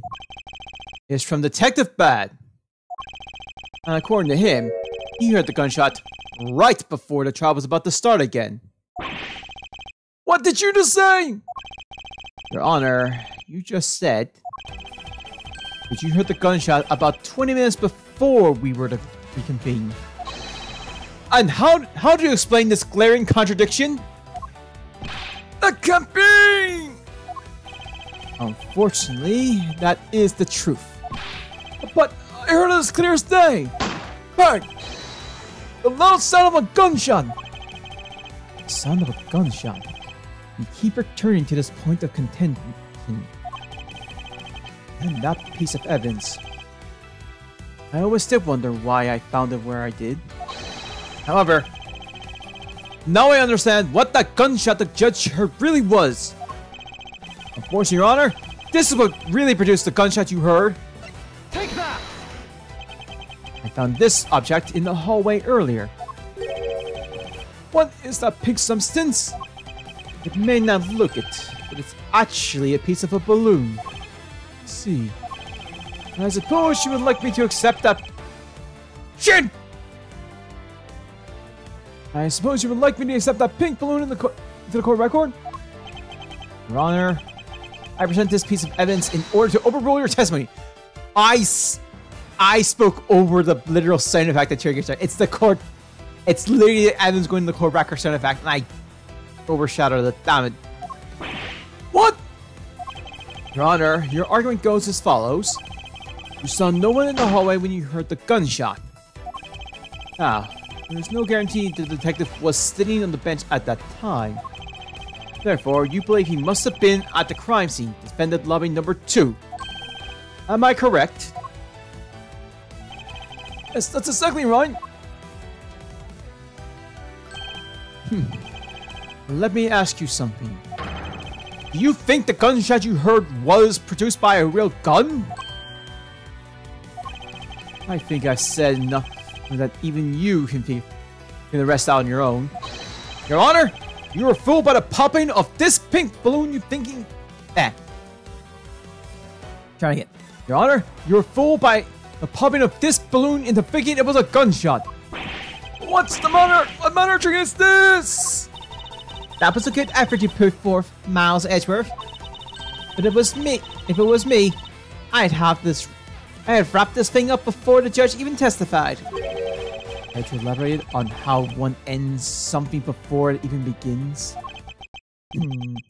Well, to be honest, I did think that the sound was a bit off from a real gunshot.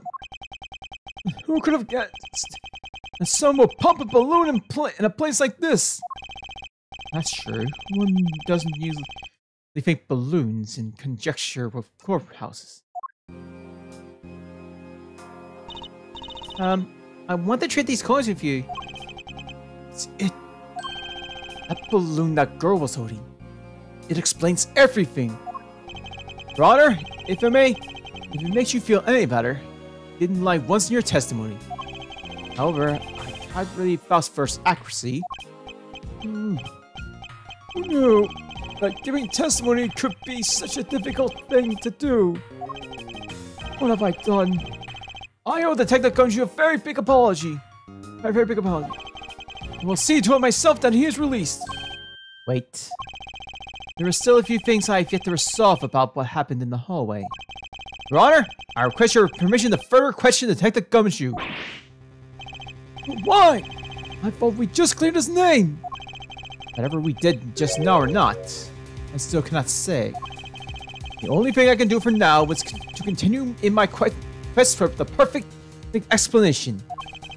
And to that end, I must resolve the remaining issues pertaining to the events that occurred in the hallway. Very well, Pilaf! Please bring Detective Gumshoe into the courtroom, sorry. Fulfill my mission and find the perfect explanation to this case. September 10th, District Courts, courtroom number 3.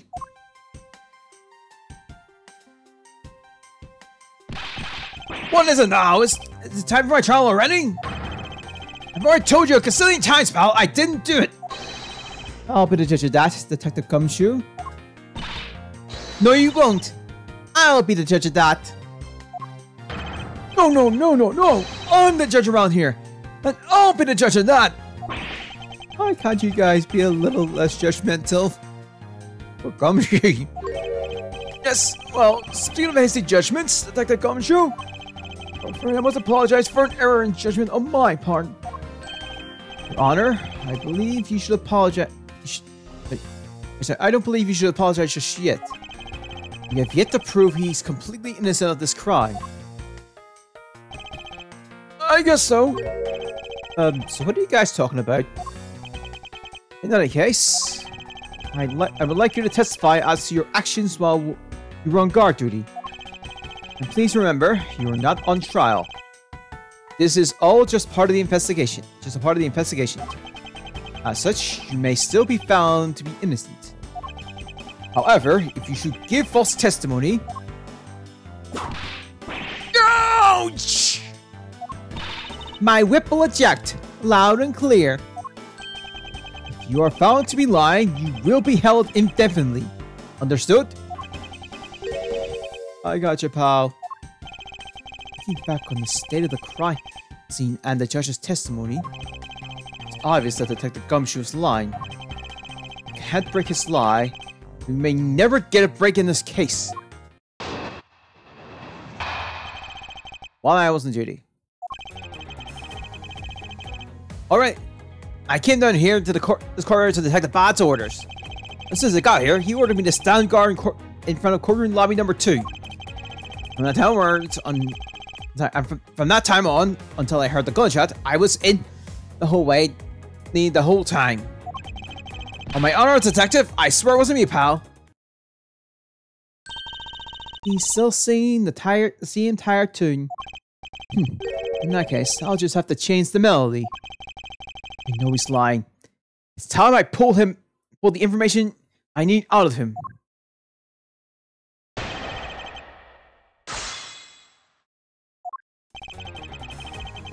Are we still in the middle, or if we magically jump to late? Yeah, we just literally jumped. Okay. Hang Gumshoe. Hold it! So, was it really Detective Bad who called you down here? You bet it was, pal. I was left in charge of the panic while everyone was out, and this call came in. I want you down here, one minute flat, he said. Well, I thought this was my big chance. My first kiss. So I made a mad dash down here. Although, I couldn't exactly get here in a minute flat. So how long did it take you? About 10 minutes, I guess. And what was Detective Bad doing when you finally made it? He was waiting for me down on the first floor in the entranceway, pal. Hold it! And by he, you mean Detective Bad, of course. This be my first time at this courthouse. He also walked me up to the third floor hallway in front of the defendant's lobbies. And did you meet anyone along the way? Well, just as we entered the hallway, we ran into Miss Yu. When he heard from Miss Yu that Mr. Verde was not to be interrupted, that's when the detective told me to stand guard in the hallway, pal. For Detective Gumshoe's testimony, he is matching up with Detective Bad's. Hold it! Claimed to have been in that hallway the whole time. However, it is not a fact that you did something while you were in that hallway. Of course I did something. I guarded the door to lobby number 2, pal. What else? Very well then. And what exactly does guarding that door entail? Well, to put it simply... Oh, I know! It was my job to stand in front of the door without moving an inch. Oh? Detective Gumshoe, you mean to tell me that you didn't take a single step away from the door to lobby number 2? Is that really what you wish to testify to the effect of? You got it, pal! I didn't take a single step away from that door, just like I was ordered not to.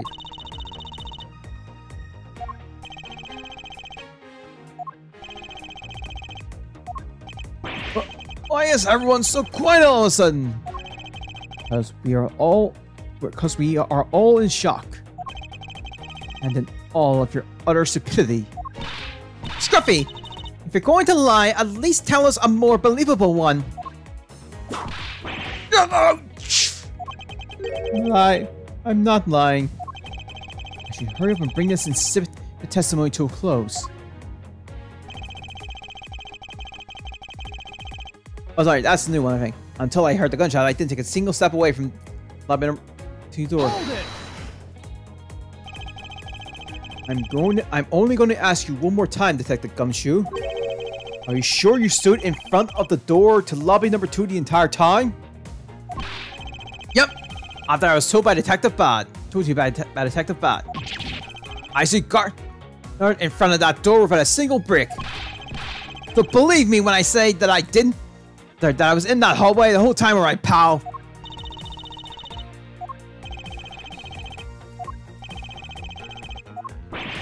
Why is everyone going quiet all of a sudden again? Why did everyone go quiet all of a sudden again? Apparently, someone has a bit of trouble reading between the lines. What's that supposed to mean? I don't... Be quiet! Ouch! I'm bring this set of testimony to a close. Hold it! Why would you... Okay, we're actually going to put back the original mystic. This is technically meant to be a past trial, so. Would you also be willing to swear that there was no one else in that hall besides you? What are you talking about? I just worried that I'm doing my job, pal. Oh? Then why are you acting so nervous for? What? I'm not nervous at all, pal. Anyway, not a single person other than myself was in that hallway the whole time. I should just let it go. Pursuing train of thought at this time would just be a waste of time. You have such a foolish contradiction. And such a foolish testimony is just plain old foolish. Indeed. However, in the pursuit of the perfect investigation, I'm afraid we have to deal with it. I squash it under the weight of the evidence.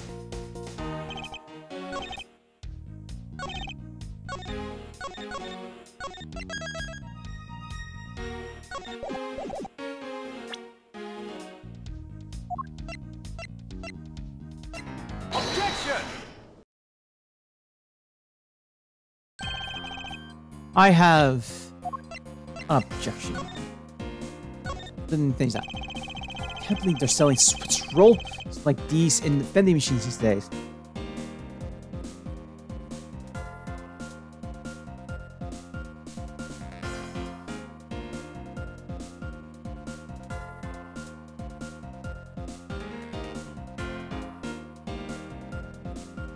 Oh.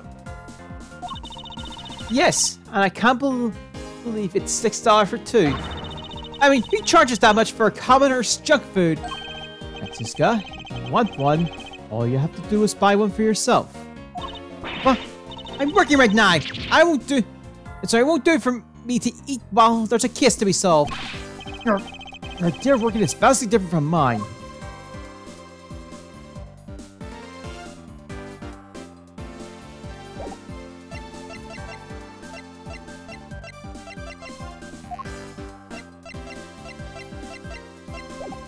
Alright, let's get back to this. What is it, pal? Detective Gumshoe, I wonder if you might recognize this from somewhere. Hey, it's one of those things! The courthouse special switch rolls, right, pal? Precisely. In that case, I suppose that you also recall the sullied hallway bench? Hey, you know what? I think it was probably me, but Detective Gumshoe! You know you can't go around dirtying up the courthouse like this! You inconsiderate stealthy pig! I promise to clean up later, I swear. Now then, shall we get down to business? About the fact that you didn't move a single step from the front of that door? If that really were the case, then how were you able to buy a pack of Swiss rolls?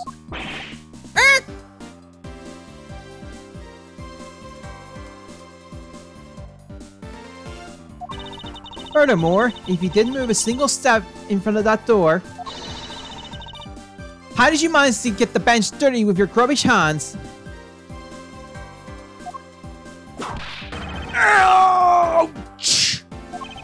It appears that Francisca's whip can do more damage than my words alone can.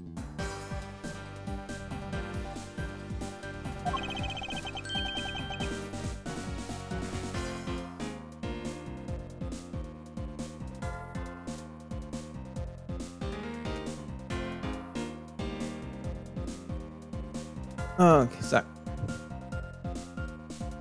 Alright, I confess, pal. I was hungry, so I bought a pack for myself, okay? I thought I'd get chewed out again if anyone found out about me eating on the job. So I didn't want to say anything. Unfortunately for you, I saw you do the whole dastardly deed. I saw you buying a pack of Switch rolls from the vending machine. Okay, sorry for lying. That's all I'm sorry for, you got that? Because I'm not holding anything else back! That last statement may sound like it makes sense. However, there's something I don't quite believe about it. Are you sure you're not withholding further information from us? Of course not! I've got nothing else to say. Hi, pal. Oh, if only that were true, Detective Gumshoe. But it is true, pal. I swear there's nothing else. Detective Gumshoe, I'm sure you're aware of the price of a pack Swiss. You're aware of the price of a pack of Swiss rolls, correct? Huh? Remember again, pal? That vending machine out in the hallway is selling packs of 2 Swiss rolls for $6 a pack. And yet, according to you, you didn't have any cash on you until you cashed your $5 annual bonus check. Isn't that right? Let me ask you then, how did you manage to purchase a pack all by yourself? Can you provide me with a proper explanation to that? I told you, I bought it by myself, pal. There wasn't anyone else in the hallway with me. So there was no one else who could have helped me buy it. Wait, don't tell me. You got some kind of proof that there was someone else in the hallway, don't you? Correct. That's good. I mean, what are the chances of that? Wait, you do. Of course I do. What? Oh!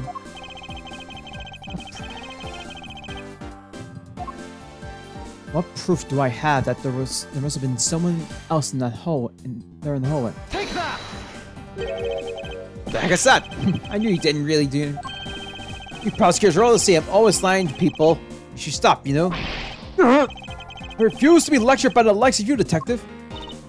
Miles, how long do you plan on being strung along by this moronic detective? I have no intention of falling for his lie because there was definitely a second person. Crap. We'll take this one. Because if he's true, then that piece of evidence should not exist.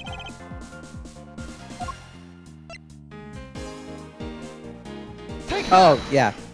Yeah. Hey, you showed that to me not 2 seconds ago, pal. Ah. I think you're under the mistaken impression that I bought this pack of Swiss rolls. Wait, if you didn't buy it, and that means you must have stolen it, you fiend! But I would never do such a thing. Oh, you liars all the same. You started out as thieves. You're the rest, pal. I believe you mean to assert that all thieves start out as liars?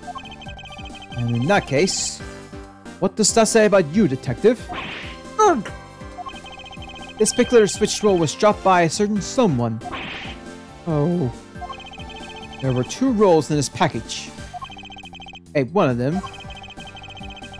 But you then gave the other one to a certain other person, didn't you? No, wait, pal. You got it all wrong. I ate both of them.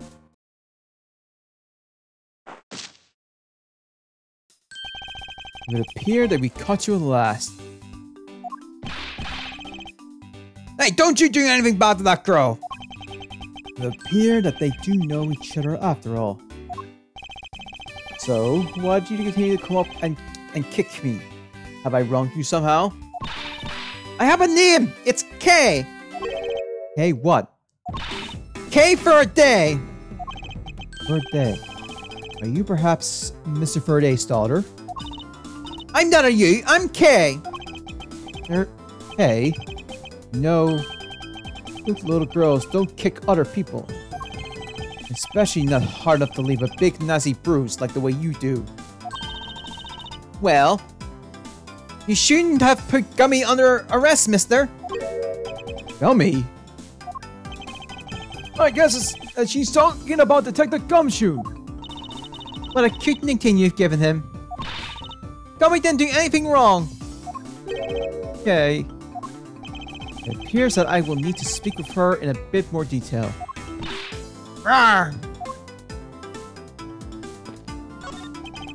It appears that we caught you red-handed eating a Swiss roll. Look, I'm sorry about lying to you, pal. And, do you have nothing else to say? You're right. It was so fluffy and sweet and big. Ah, it was perfection, pal. I'm totally worth every penny of my bonus.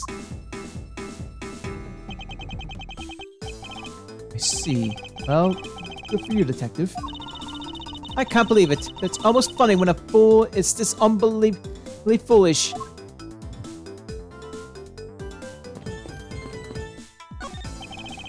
Oh dear. What is the matter, Your Honor? I claim to hunt down fur freaks. I unfairly cast suspicion on the big fella. If this had been a trial by now, I would have destroyed his life. I'm the guilty one. We all make mistakes, Your Honor. Air is human, to forgive the fine, as they say. Although, if you were to make a mistake during a trial, then it would be quite unforgivable. Now then, Kay. She's like a stray cat. I wonder if I should feed her some. Take that! Hey, I promise to give you this if you calm down. Oh, a switch roll! It really belongs to you, though, doesn't it? Yeah. I was saving it for Daddy.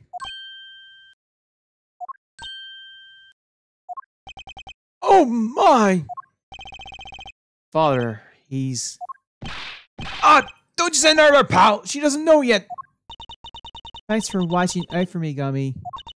But I already know about Daddy. I overheard the guards talking. But hi, Daddy, he's not here anymore. I'm sorry. I'm sorry I couldn't protect him. Hey? I'm not gonna cry. I'm not gonna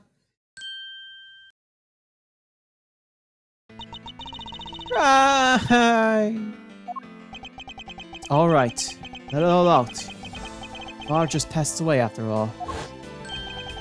I myself was also involved in a case at this courthouse when I was a young child. A case in which my father, who was a defense attorney, passed away. All my dreams of becoming a lawyer were crushed into fine ash on that nightmarish day. Even now, it festers deep in the depths of my soul. Ever since that incident, I dedicated myself to locking away every criminal I can. And now, this happened right in front of me. Child, feels in a certain share of fate. Common bond between us. Now, Edgeworth, what sort of gentleman are you? Are you going to just stand there and watch a lady cry? Ah, you're right. Sorry about that. Hey, how about we use this handkerchief here to dry your little eyes? My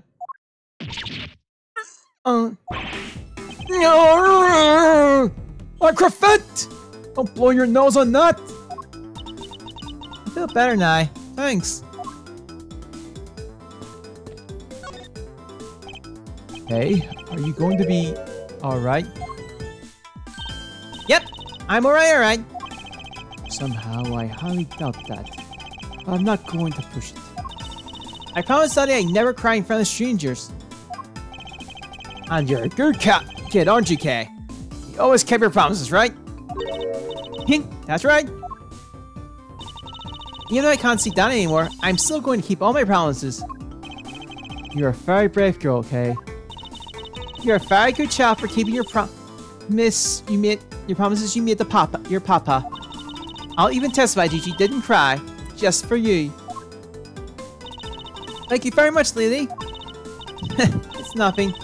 I'm only telling the truth after all. It appeared that because her father was a respected prosecutor, Francesca is sympathetic to Kay's feelings.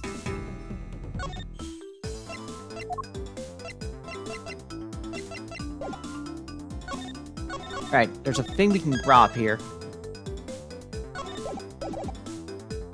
Oh, okay, what kind of person was your father? Daddy was a hero of justice. His job was to catch all the bad people in the world. So do you. A prosecutor is a hero of justice, huh? I suppose we are in a sense, as we are the ones who seek guilty verdicts for criminals. But you know what? Whenever I came to the courthouse, Daddy would buy me my absolute favorite treat. Swiss rolls! Oh?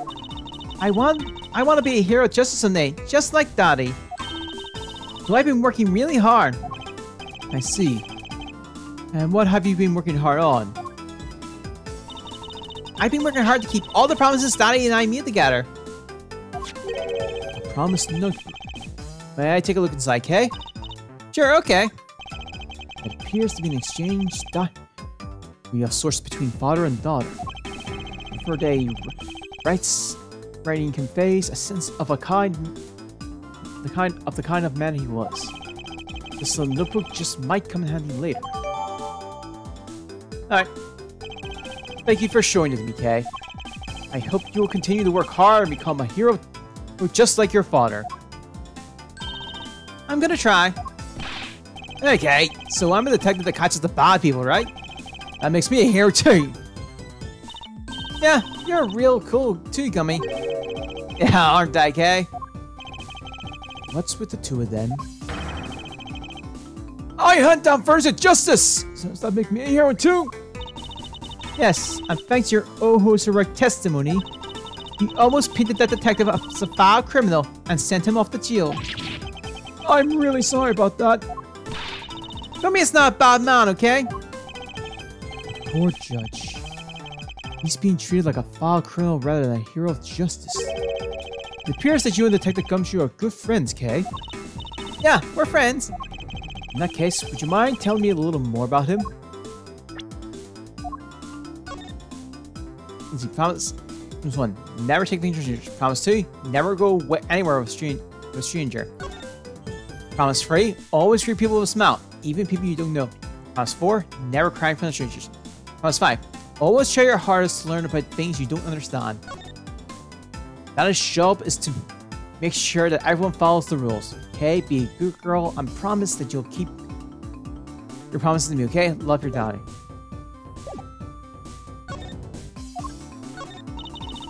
It's a promise notebook Danny and I made. I have to be a good girl and keep all the promises we wrote in there. In here. May I take a look inside for just a second? Sure, okay. It appears that there are more than just 5 I thought there were. Promise number 6. Ever have a boyfriend, you must bring him to meet daddy right away. Promise number 7. Even when you have a boyfriend, never forget that I love you the most. I certainly don't envy the poor sap she falls in love with. Promise 6 and 7. There we go. That's the important stuff. That's the trophy stuff. Important trophy stuff taken care of. So I take it that you ran into Detective Gumshoe earlier? Yep. I was on my way to see Daddy when I saw Gummy standing there. He was standing in the hallway staring really hard at the penny scene, so I said hi. And when was this? Before everything got crazy. How long were the two of you together? We only talked for a little while. And then we went on our own ways. That's right, pal. Ken and I only talked for a little while. That's it. Oh, which means we have now confirmed that Kay was in the hallway during the recess. Isn't that right? You got me! I told you to stop picking on Gummy, mister. Very well then. I'll just have to speak with the good detective in private later.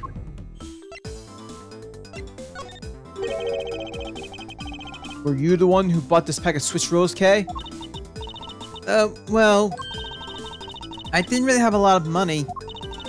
And I somehow made a dollar out of all the pennies and quarters I had. But that still wasn't enough, and I really, really wanted one. Come to think of it, she did come and ask me to exchange a handful of change for $1. And that's when you came and asked me to change your money, correct? Yeah, thanks a bunch for doing that, mister. Sure. But let me ask you, even with $1, you still didn't have enough, correct? Well, that's why... Hey, if you're bullying anymore, I'm gonna have to arrest you, pal! Need I remind you that you're the one already under arrest? I sense that Kay is going to be less than forthcoming with this question. Sorry about your roughy thing. Yes, well, now that it's positively drenched in your nasal mucus. Don't worry, Kay, I have a spare. So here, you can have this one. But Daddy said, never take things from a stranger. Ah, it's one of the promises you made in your promise notebook, correct? Yeah, look, see? It's right there on this page. Alright then, and I'm not giving this to you. I'm merely allowing you to borrow it. Take it home, wash it nice and clean, and then give it back to me the next time we meet.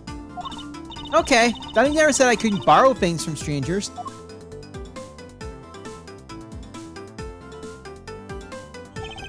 Now then, Detective Gumshoe. Uh-oh. I believe it is now crystal clear. You were with little K. With little K in that hallway. I told you to stop being mean to Gummy. Hold it. Miles Edgeworth, there is still something you have yet to resolve. I beg your pardon. You still haven't offered an explanation for why that man would lie to us. That's, well... Gummy, don't tell me you lie for my sake. Hey, don't worry about it, Kay. Everything's going to be okay. Ah, so that's why. So, what was Detective Gumshoe's motive for lying? You can't explain that, then you can't call this a perfect investigation. His reason for lying is very simple. We'll just keep going. I'm pretty sure I might have to make a decision here. What? Here's what I believe to be his reason. From simple observation of the detective's actions and his interactions with Kay, it's obvious that Detective Gumshoe was lying for the young girl's sake. And this piece of evidence will show you exactly what. This piece of evidence proves that Detective Gumshoe was lying on the account of Kay.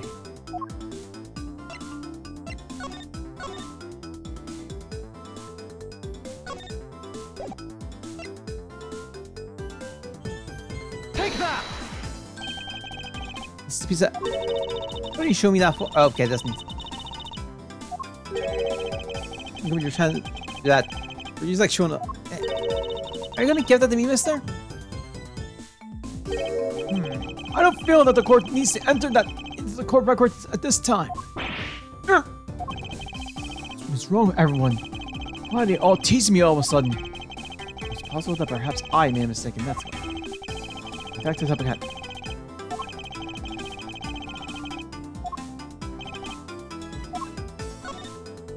Oh, it was a notebook. Take that! Mr. Faraday and Kay's promised notebook. How does this explain anything? If you could take a look at this page, it's clearly written that Kay should never take things from a stranger. When Detective Gumshoe heard about that promise, he tried to cover for Kay. But that foolish fools of a foolish reason for a fool. We're at 6. Oh shit, I haven't given credit Francisca's time saying fools this time around. Damn it, I feel like a fool.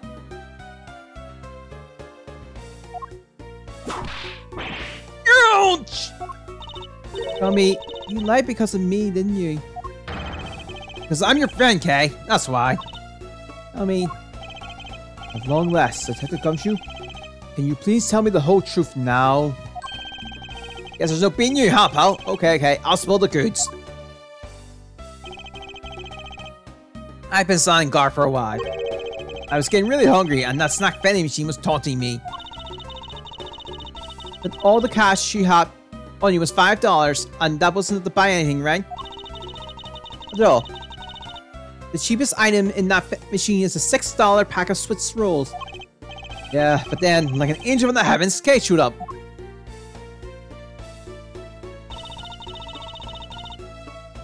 I was thinking of sharing a snack with Daddy, but I wanted to buy a Swiss roll. But I only had about $1 in coins. So we pulled my $5 and her $1 together. I bought a pack of Swiss rolls together. But I was worried about breaking one of my promises. So then Gummy said, "That's a days one scar guy when he gets mad. But don't worry, you won't get in trouble if I don't tell, right? Besides, she bought it with me. So he didn't really get her from me, you know. He told me he'd be okay. And he gave me a whole Switch roll to see if and give it to Daddy. Who knew that Scruffy could be so considerate? Indeed. Detective? I take it that you then sat down on the bench and ate a Swiss roll together? Yeah, we split the other roll and ate it right then. The sweet taste of that cake's chocolate. I'll never forget as long as I live, pal! Anyway. Okay, I believe this belongs to you. Oh, that's from the balloon I popped. It's bad manners to leave garbage lying around, Kay. I'm sorry. Well, I guess I can't believe you're not throwing this one piece away. It was sitting high up on the windowsill where you couldn't see it. So just this once, I'll forgive you. But that balloon, I wanted to surprise Gummy a little, so I popped it on purpose. And because of me, Gummy dropped his half of the Swiss roll.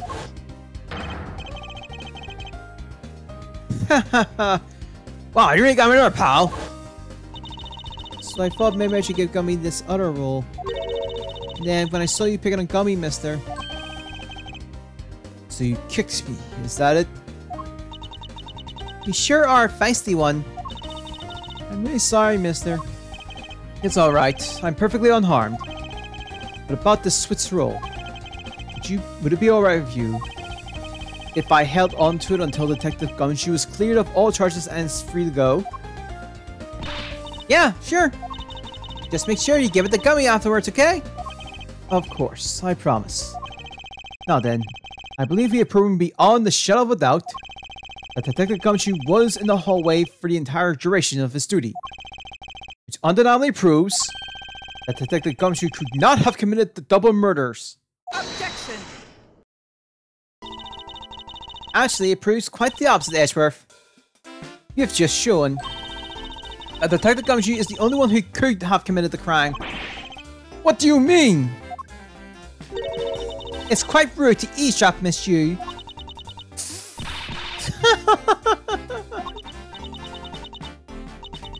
I'm getting lectured on manners. A girl with a penchant for whipping people. What? How dare you talk back with such insolence? You're wrong, lady. Gummy's not the bad guy. Oh, and what have we here? What is this child doing here in the courthouse? Bailiff, please take this child away. What? Miss Callisto, you! That girl is Mr. for her days. I know, so what? You think that just because she's the victim's daughter, she gets to run wild all around the crime scene? I think it's actually quite dangerous for her. Speak nothing of getting underfoot. I suppose you're right, however. As long as we're in agreement on that point, let's get back to the real issue at hand. Now then, Detective. You were in front of the door to lobby number 2 the entire time, correct? Yeah, but... You see, isn't it obvious that it could only be the detective? He's the only person who could have gone to lobby number 2 at the time of the murders.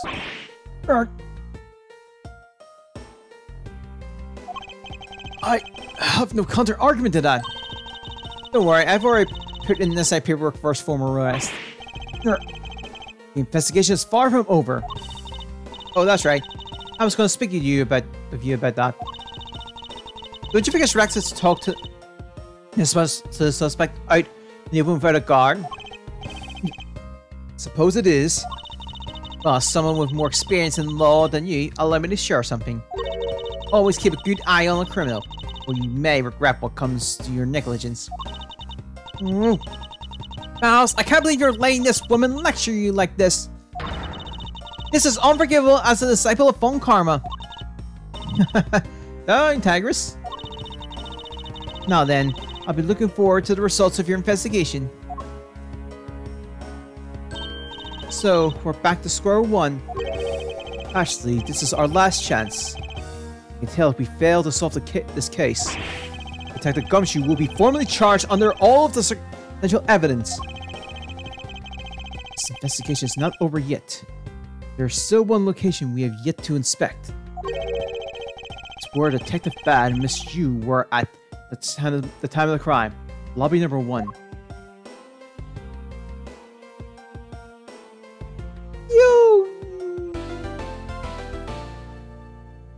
We can go a little further. The truth behind the KG incident. September 10th, 5:45 p.m. Would your court defend lobby number 1? What is this incredibly overpowered sweet scent? It smells like flowers. Uncle Bad, is this it? Isn't that Detective Bad and Kay over there? It looks like she managed to escape the bailiff. No, that's not quite it. Aw, too bad, but it was so pretty. I think you're still a bit too young to be wearing that. And since you've earned it, I guess I can let you keep it. Thanks, I'll treasure it always. Those two seem to be getting along rather well. Oh, here. I got something else for you. Yay! Thank you, Uncle Bon. Earlier, I ate one of these with Gummy. Gummy? Oh, you mean Gumshoe. Gummy is... He was trying to be nice to me because I was going to get in trouble. And then he got in trouble because he lied to protect me. Gummy. I knew he didn't kill Daddy. Don't cry, or they would be sad if he saw you crying. I'm not crying. Okay. Oh, it's the Mister from before in the Leany too. Don't you think it would be a good idea to go home for the time being? You're not involved in the investigation, so it's for the best if you do. Actually, I'm Uncle Bot's assistant. So I'm related to the investigation. Is that so, Detective Bat? Yeah, I guess. What? You were just scolding us like kids to not mess up the crime scene. And now you let this child run free? Why? People are free to investigate things outside of the actual crime scene. You also had a few things you wanted to look into. Got a problem with that? I don't have a problem with that. I am curious as to what Miss Yu was looking into.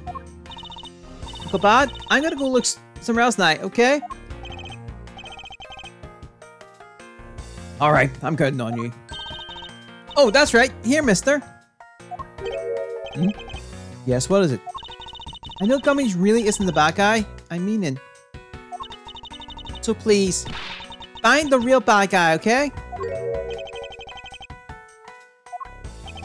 I won't forgive whoever did this. In the absence of the perfect piece of testimony and evidence, there is no one else who could be the true culprit other than Detective Gumshoe.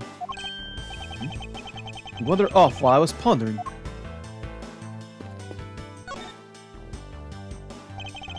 The suspected painting is ill-suited to be hanging on the wall of this room. I wonder if a guard detail should be in place of it. Why do you say that? Well, a desperate, low-paid detective might make off of it someday. You never know. You might maybe thinking of hiring a guard? A hiring guard. It's obvious she isn't factoring in that guard's salary whatsoever. This decorative plant leaves are shinier than the ones on the plant in lobby number 2. That's probably because it's next to the window where it's easier to photosynthesis. You may be right, plus the curtains are always drawn in lobby number 2. The caretaker of this courthouse don't think enough about the plants, do they? It's because they're the courthouse caretakers, not a bunch of botanists. What an incredibly strong-scented herbal tea. I fear that more than being relaxing, the scent may make one a bit heady instead. You put in a special request for that. No wonder she's so fine. She's been drinking this stuff the whole time. Neither one you should be allowed to comment on this particular topic either.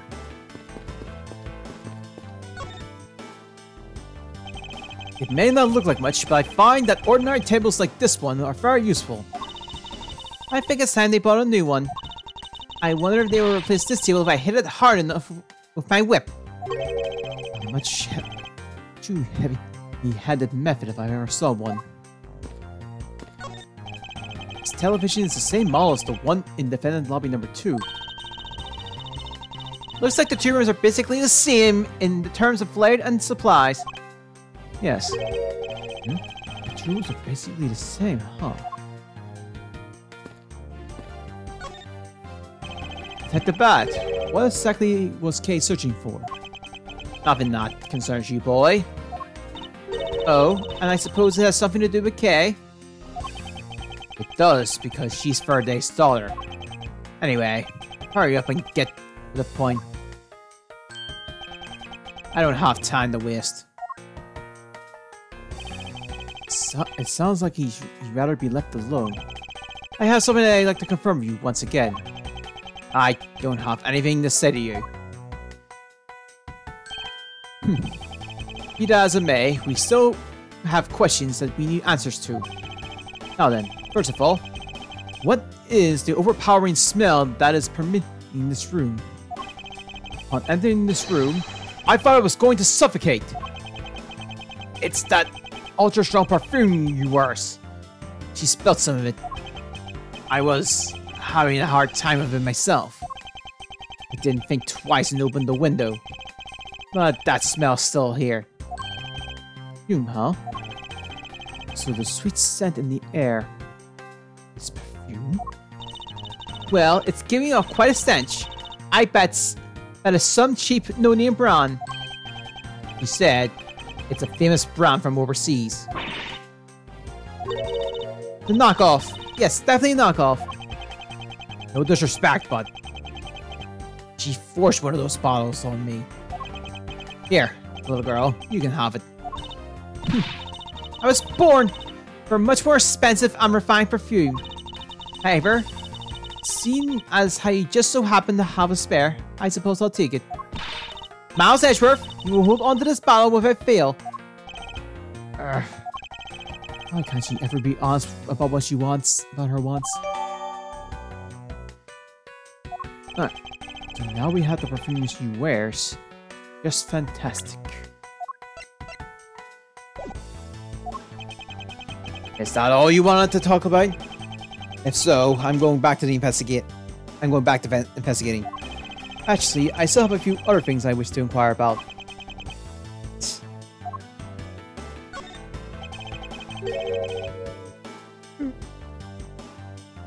So you were in this room the entire recess?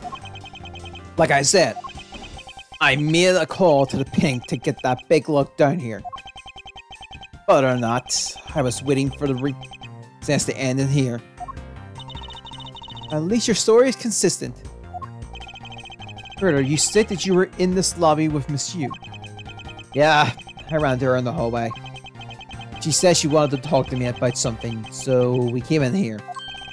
Then, what you're saying is that after until Detective Gumshoe arrival, you and Miss Yu were in 2 different locations? Yes, I am. Interesting. Speaking of that lawyer, she seems to have a great dislike for you. Ugh. Let's see. Miss Yu is the sister of the victim of the KG8. And as I recall, Detective Bad was the detective in that case.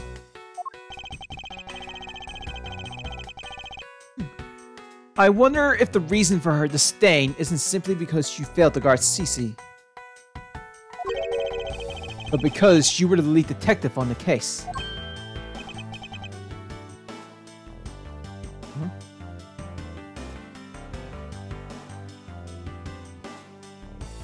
You knew? Alright. I also know that today's trials involving the company emissary staff member is being referred to as the second KG8 incident. Now then, detective, I believe it's time you were honest with me and told me the truth behind your relationship with Miss Yu and Mr. Ferde and the KG8 incident. If you already know that much, I guess it'd be alright to tell you.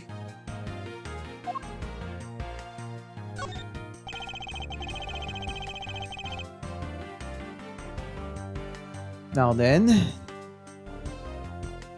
and I'd like to ask you a few questions about the KG incident. It's not exactly a happy story, other than the police, than the people who were directly involved. You two will be the first to hear what I'm about to tell. The honest truth behind the KG incident.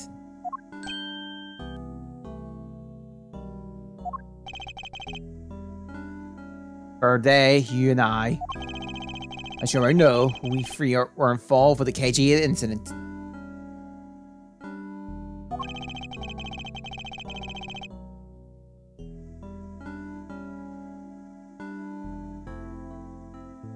Ferda and I, we were originally on the trail of a smuggling ring. You mean the smuggling case involving one of the Amano Group's secretaries? That trial was just a front. A facade? Yeah, but the case became tainted.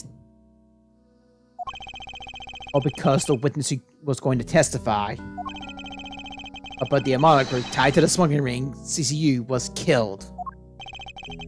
Then, what became of the secretary who was arrested? His name was Colin Danforth.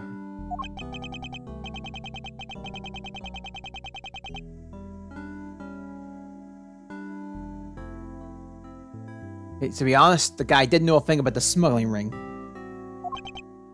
But he confessed to knowing about it anyway. Danforth was probably being intimidated by the big boss man. Just another scapegoat.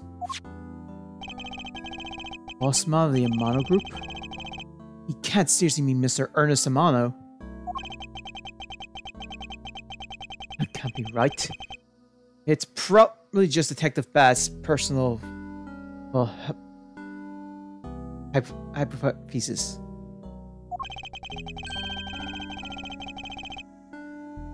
What's he trying to do? Suspecting Mr. Amano being directly involved with smuggling? I suppose it would be quite difficult to secure an acquittal after his confession. But the man who killed CCU, Manny Kochin, was a completely different person.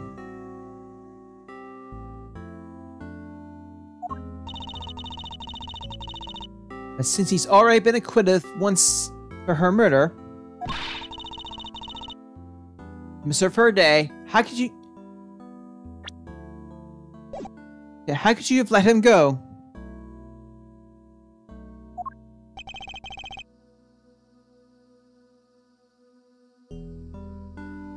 If I remember correctly, I heard that Mr. Ferday had an important piece of evidence stolen from him. That wasn't Ferday's fault. It was mine. I wasn't vigilant enough. Ferday, Sissy, I was supposed to protect them both. Yes, you did mention that as well. About how Detective Bab was supposed to guard her sister. But even I, who was supposed to protect them, fell into their trap. What kind of trap? The holes in this jacket are a testament to that trap. You mean you were fired upon? You were shot that many times with one gunfight? No. Only about half of these are from that case. But the reason I continue to wear this jacket is to remind myself of the lessons I learned from the KG incident. See, I couldn't protect CCU, and the suspect was found not guilty. We had a brick wall, as far as the law was concerned. And that's when she came to the corporate, the victim's sister. That's when I first met Callisto Yu.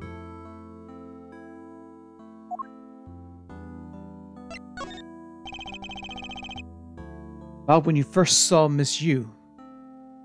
So I first met. It was on the day the verdict of the KG incident was handed down, was it not? Yes. Verde and I apologize here from the bottom of our hearts. It was all we could do. But just saying you're sorry won't bring my sister back, she said. And then she gave me a hard slap across the face. Well, she certainly had a lot of self-control to stop at just a slap.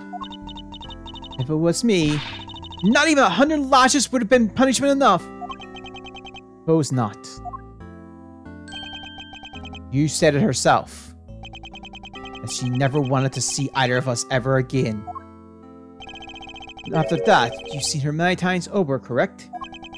Yeah, Verde and I, even after the KG incident had come to a close, we continued to hunt down the smuggling ring and got involved in a variety of cases. But it was no use. We cracked so many different cases. But the results were always the same. We couldn't find the real mastermind behind the ring. Was the ring really that big? Is the ring really that big? It was in the pursuit of the ring that we met you once again. It was during another trial related to the smuggling ring. Verde was the prosecutor, and I as the lead detective. I took to the witness stand. She appeared out of the blue as the defense attorney. Her client was related to the smuggling ring, and she was defending them. Yeah. Sorry, her client was related to smuggling? Yeah. Sorry. You was pursuing the ring as best as she could as a lawyer. I think she defended Rel this time, for the same reason. Come to think of it, Miss Yu did say something to that same effect. I have my own agenda. I'm still on the hunt for leads regarding the KG incident, alright? And that you have not a single qualm about defending a known criminal? Don't put words in my mouth. I said no such thing.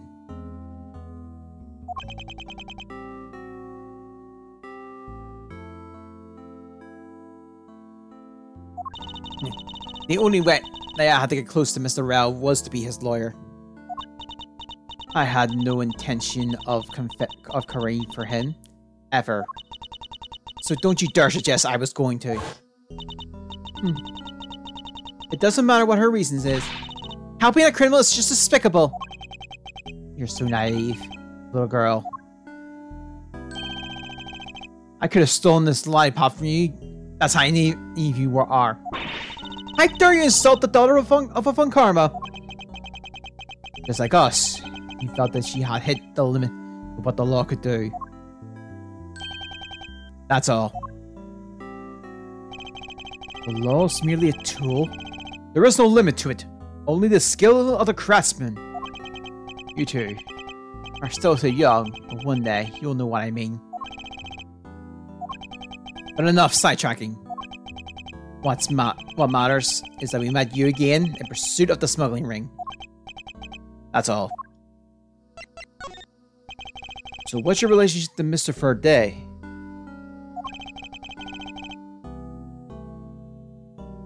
You even seem to know Kay fairly well. I met him when he was a rookie prosecutor. Known him ever since. And Kay, I've known her since the day she was born. Verde and I, we cracked quite a few cases together. But you two seem to have made no progress at all in the Yadagarasu case. Did we touch a nerve? I only have one thing, said you. No one knew more about the Yadagarasu than me and Verde. That's why I was called upon to testify in today's trial. To prove that Ray was not the real Yadagarasu. Which I would have done if you hadn't turned around and accused Verde. After the accusation, I was asked to testify, but this time, to prove or disprove the accusation. I guess I will be doing that either. Since there's more to that statement than meets the eye. Perhaps a bit more digging into the Yaragrasu is what's necessary.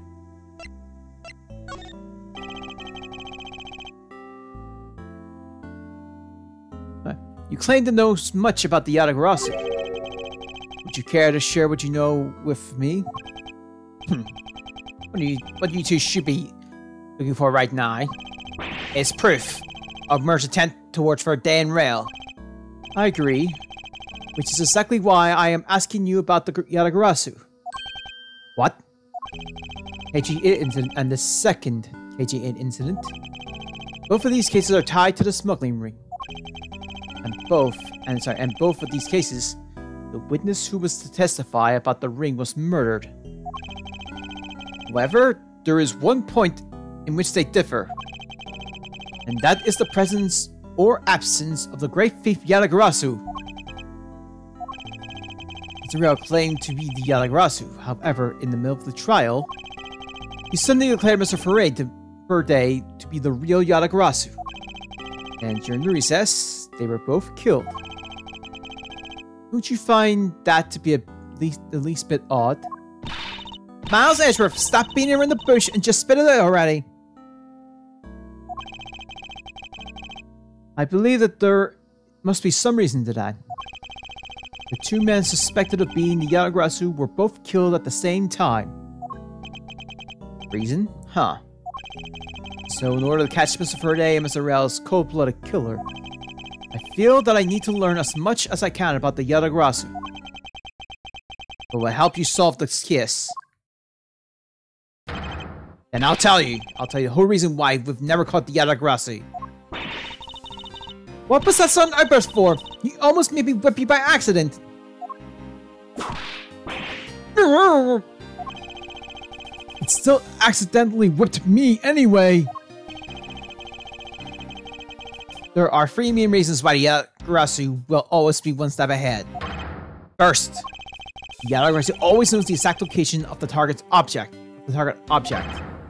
Second, the Yaragrasu always knows exactly how to disarm the security system. Third, the Yaragrasu doesn't leave a single shred of evidence behind. Ever. See. So those are the Yaragrasu's special traits. Sounds like an incredibly elusive thief. The Yaragrasu has never been caught on tip, never tried to draw anyone's attention, and would never do something as lowbrow as commit murder. That's how I knew that Ray wasn't the real Yaragrasu right away. But you can't use that sort of logic on its own to prove that he wasn't. Listen, little girl. I'm not done talking yet. What's different about this time was that evidence related to the smuggling ring was sent to the police. And the scent, there was none other than the one who imitated the Hodo emissary, the Yaragrasu. Yaragrasu sent the evidence? Well, now, the Yaragrasu would always publicize any corrupted dealings through the mass media. But not this time.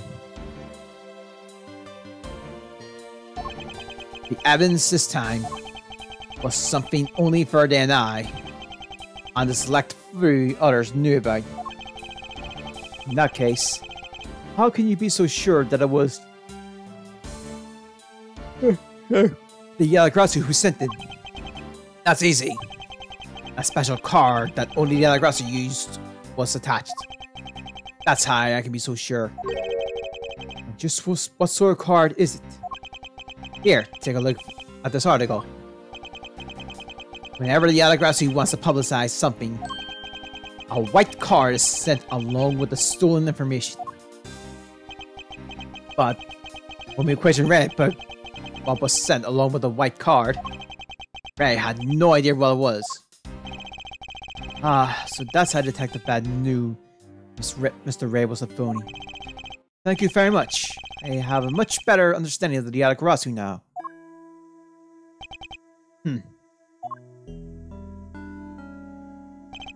Excuse me, Mr. Edgeworth? Yes.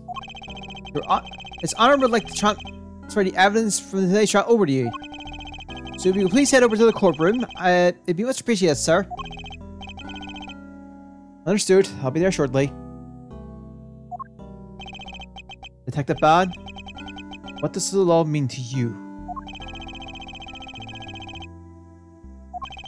Finding the answer to that question is the only reason I'm still alive. I became a prosecutor to find the answer to that question myself.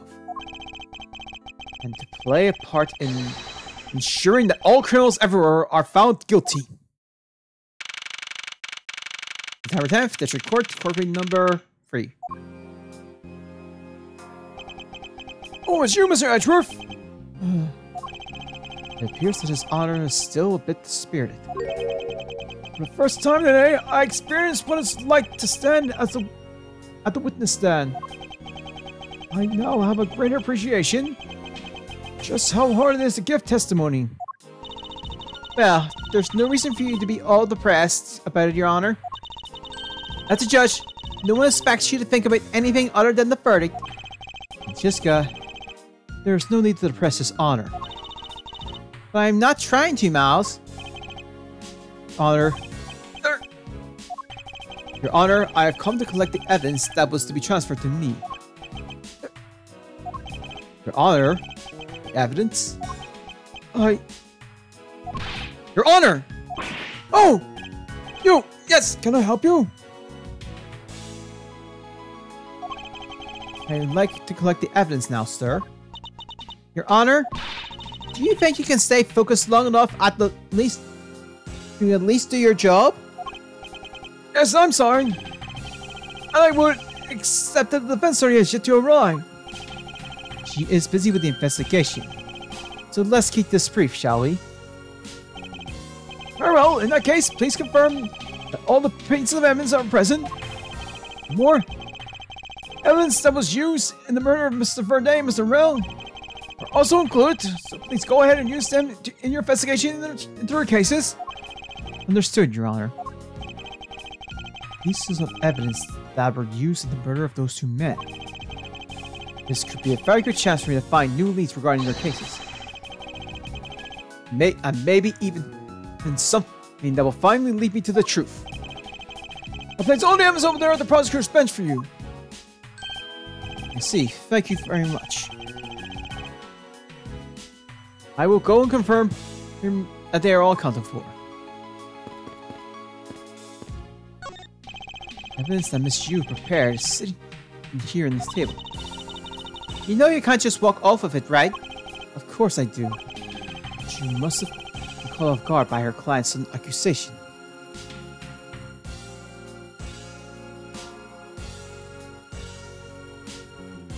Sorry. I wonder how she would defend Mr. Rell in that case if he were still alive. So this is the evidence related to today's Copto found in trial. You know, with emissary trial for Mr. Verday's bag. You mean the evidence bag that was on the table in the lobby number 2, right? Yes, and finally, now take a look at the evidence itself, not just data about them. Let's be sure to thoroughly examine them while we have the time. Agreed. I want to take a look at all of the evidence from the emissary murder too. And why is that? Because I still don't fully understand what today's trial was about. Yeah. Don't point your crop at me just because you don't know something. And don't you try to order me around just because Papa chose you today.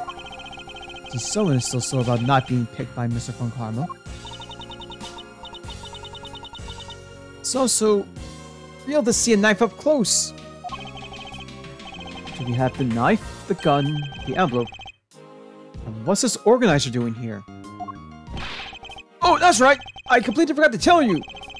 But what, Your Honor? I found Mr. Renee's personal organizer inside the evidence bag of his. Like the bag requested to be passed along to you. He said it would help the investigation. Detective Bad said that?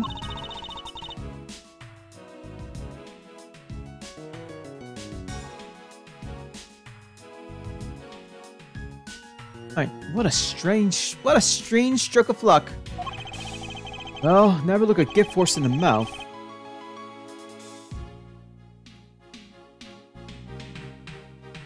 Well, we might as well flip through it too. The rest will inspect everything.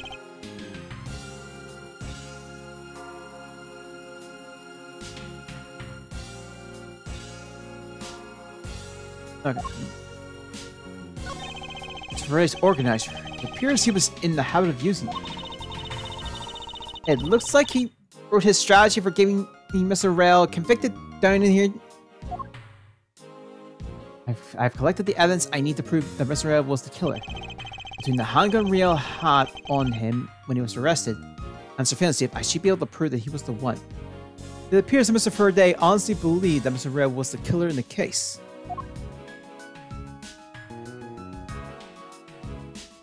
The sound of his handgun going off was recorded with superb clarity on the surveillance footage. I also have evidence that I can use to prove that he raised not real like Rossi. And it appeared here. Sorry, and it also appeared that he had proof that Mr. Ray was not the Yada Grossi.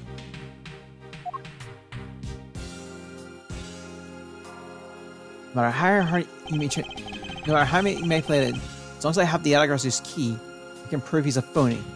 I sent it to him in court. It should clear everything up. Apparently he had... I'm sorry, and he apparently also had a very definitive piece of evidence.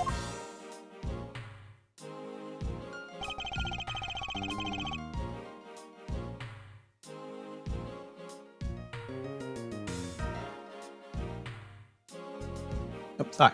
Yes, I believe that Mr. Faraday was well prepared.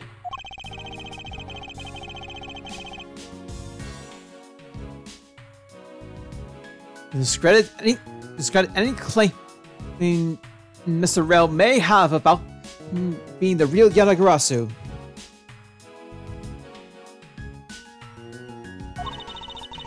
And he had a way to prove that Mr. Ray was the guilty party in the emissary murder. This organizer is a clue straight from Mr. Faraday. I have to take my time and give it a thorough brief later. Look! There's a picture stuck between the pages here. It appears to be a key. It's a rather orange one at that. Just look at the sign of the handle. The craftsmanship is superb. Could this be the Yadagrazu key Mr. Faraday mentioned in his organizer? The Yadagrazu's key? Detective Bat said some earlier. What's different about this time was that evidence related to the smuggling ring was sent to the police. Right. And the sender was none other than the one who imitated the Clunan emissary. Yadagrasu. Yadagrasu sent the evidence? Until now, the Yadagrasu would always publicize any corrupted dealings for the mass media. But not this time.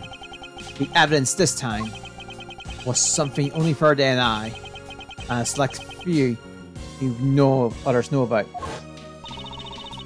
Mr. Faraday must have been trying to keep this secret key safe. And the prosecutor on both the Yadagrasu and the ring case, that's to be expected.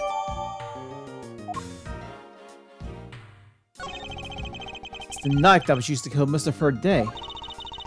Who would have thought that such a beautiful piece of art could be used for such a cruel act?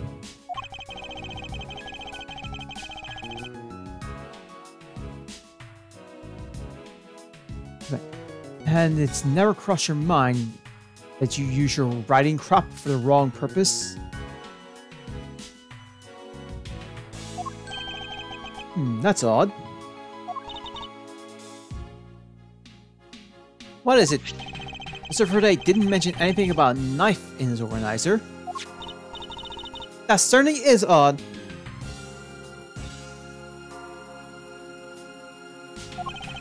The weapon that was used to kill the Copeland emissary staff was a gun.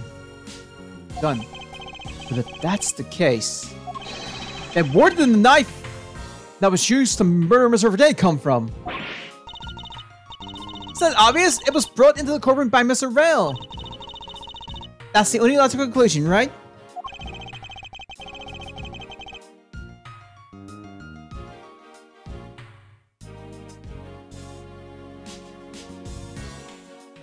Oh, no, because it's not as easy to smuggle a weapon like that in here.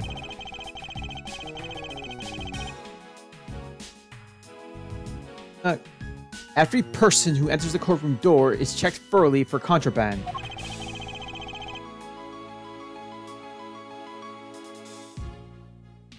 Furthermore, the suspect was handcuffed.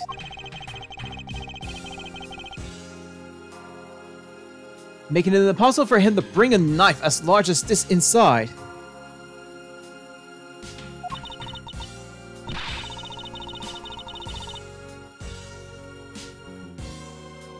In that case, how do you suppose this knife ended up inside the courthouse?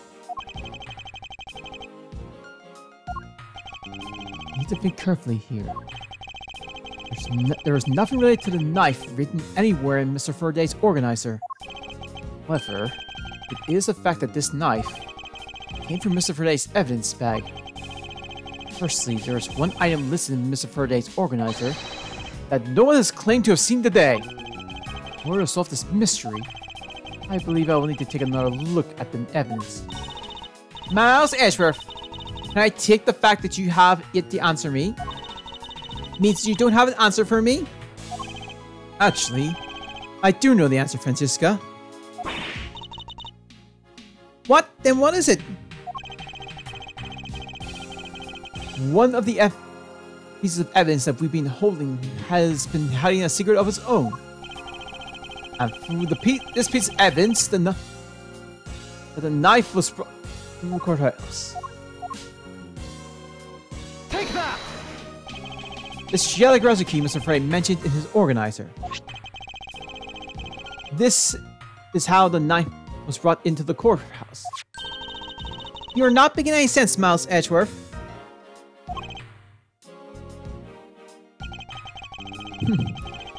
Need only look a bit closer, Francisca, to see what I mean. Don't the colors and ornaments of the key's handle remind you of anything? They do remind me of the knife. Very good. Both the yellow key and in this photo and the murderous knife have this very unique design on their handle. Furthermore, even though Mr. Fernay mentions the yellow key, the only object he found in the crime scene was the knife. You don't seriously mean to say... It appears that you finally caught up. Yeah, and yes, I do mean to say that these two pieces are in fact one and the same. But that's impossible. Even if that is what you believe, we should still investigate this possibility. Now then, let us examine this knife in a little more detail. It's the weapon that was used to kill Mr. Ferde. The handle and the blade itself both look beautiful. Both have beautiful designs worked on them. Look, there's even a flower-shaped design in the gold section here. If it hadn't been used for a tool murder, I want it for myself. Seems to be drawn to the embezzlement. Too bad this isn't mine to give.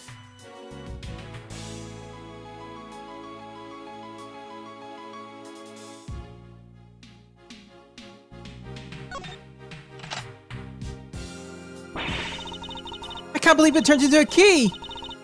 To think there was such a trick to this thing. The weapon used to kill Mr. Ferde is actually the key the Alagrasu stole. This piece of information is more critical than anything we've learned up until now. Frankly, I'm shocked. Mr. Faraday only mentioned the key aspect of this piece of evidence in his organizer. It's possible that even he had no idea the key was hiding a knife blade inside. But if that's true, then only someone who knew about the key to knife trick could have killed Mr. Faraday. Even among law enforcement, this key was top secret. They're looking for someone who knew even more about the key than even Mr. Faraday. Meaning that the only person it could be is the one who sent the key in the first place. The great thief Yelagarasu. Then maybe Mr. Ray really was the Yelagarasu. And he was the one who killed Mr. Faraday. Isn't that one possible scenario? No, not entirely. Especially since Mr. Faraday was absolutely convinced that Mr. Ray was not the Yelagarasu. Besides, Detective Fad said earlier. But when we questioned Mr. Ray about what was sent along with the right card, Ray had no idea what it was. I see. Alright then. I guess the person who knows the trick behind this key is someone else, and that person is the real Yelagarasu. It seems that this key is truly the key to solving this case. Nice been updated. I took a quick look through these documents before the trial started. Well, I wasn't even afforded the opportunity to skim it. I suppose I should explain it to you then. Yes, you should. Perfectly and in its entirety, if you please. On the night of September 8th, an emissary staff member was killed in front of the emissary. The staff member died of shock due to being shot in the heart. Macrel was brought in that night as a suspect and thoroughly questioned. As the murder weapon was found on him, for which he was arrested on the spot. A simpleton of a man, that's what he was. Perhaps he was, but the weapon wasn't the only incriminating evidence he had. Macrel was caught in the act on film by a security camera. He was an even bigger simpleton than I thought. I can't believe he didn't notice the security camera. The Copeland emissary security system was supposedly very well designed. He may have simply not been aware that there was a camera in the area. So, have you seen the contents of the video for yourself? Yes, the surveillance video the security camera took was played during the trial by Mr. Faraday. You can clearly identify Mr. Rel on it. Even the sound of the gunshot was crystal clear. The diffusion included sound, huh? I don't think I ever want to see the moment of someone's death in real life. Me either. Neither. This gun. It was originally used to kill an emissary staff member. The crime scene was reported. The responding police found Mr. Ray still holding it, which led to his immediate arrest. And then, this gun took the original shooter's life. Ironic. Indeed. There doesn't seem to be anything else we can learn from this piece of evidence. That's odd. We're short one piece of evidence. And the piece that's missing is the surveillance video that was played in court. Surveillance video? How could a piece of evidence just disappear? Where did it go? Video showing the moment in which Mr. the murder. Where could it have gone indeed? Are you done with your inspection of the evidence? Yes, I'm finished. However, Your Honor, I am missing a single piece of prosecutorial evidence. Your Honor, were you directed in your duties? What? No, I did not neglect my duties! What do you take me for? No, Your Honor. The most important piece of evidence in today's trial, the surveillance video, is not amongst the evidence you laid out for me. I brought Mr. Faraday's whole bag with me from the crime scene. Maybe the tape is still somewhere at the crime scene? something wrong here. Something about this missing piece of evidence. It appeared that for me to answer the question I seek, I will have to pay another visit to the scene of the crime. Defend lobby number 2. I'm gonna stop for now. So I don't want to finish this off. We'll finish this off next time. Alright. I'm going for a while. So I'm gonna wrap up here. Who's gay? I'm actually gonna say it first. So yeah, I'm gonna wrap up here. Hope it's a good day this week. Oh, of course, yeah. And a good weekend. We'll be back on this Monday. Should be finishing off this, and all being well, should start the next episode. With that being said, I hope it's a good day this week. A good weekend. I'll see you next time. Bye.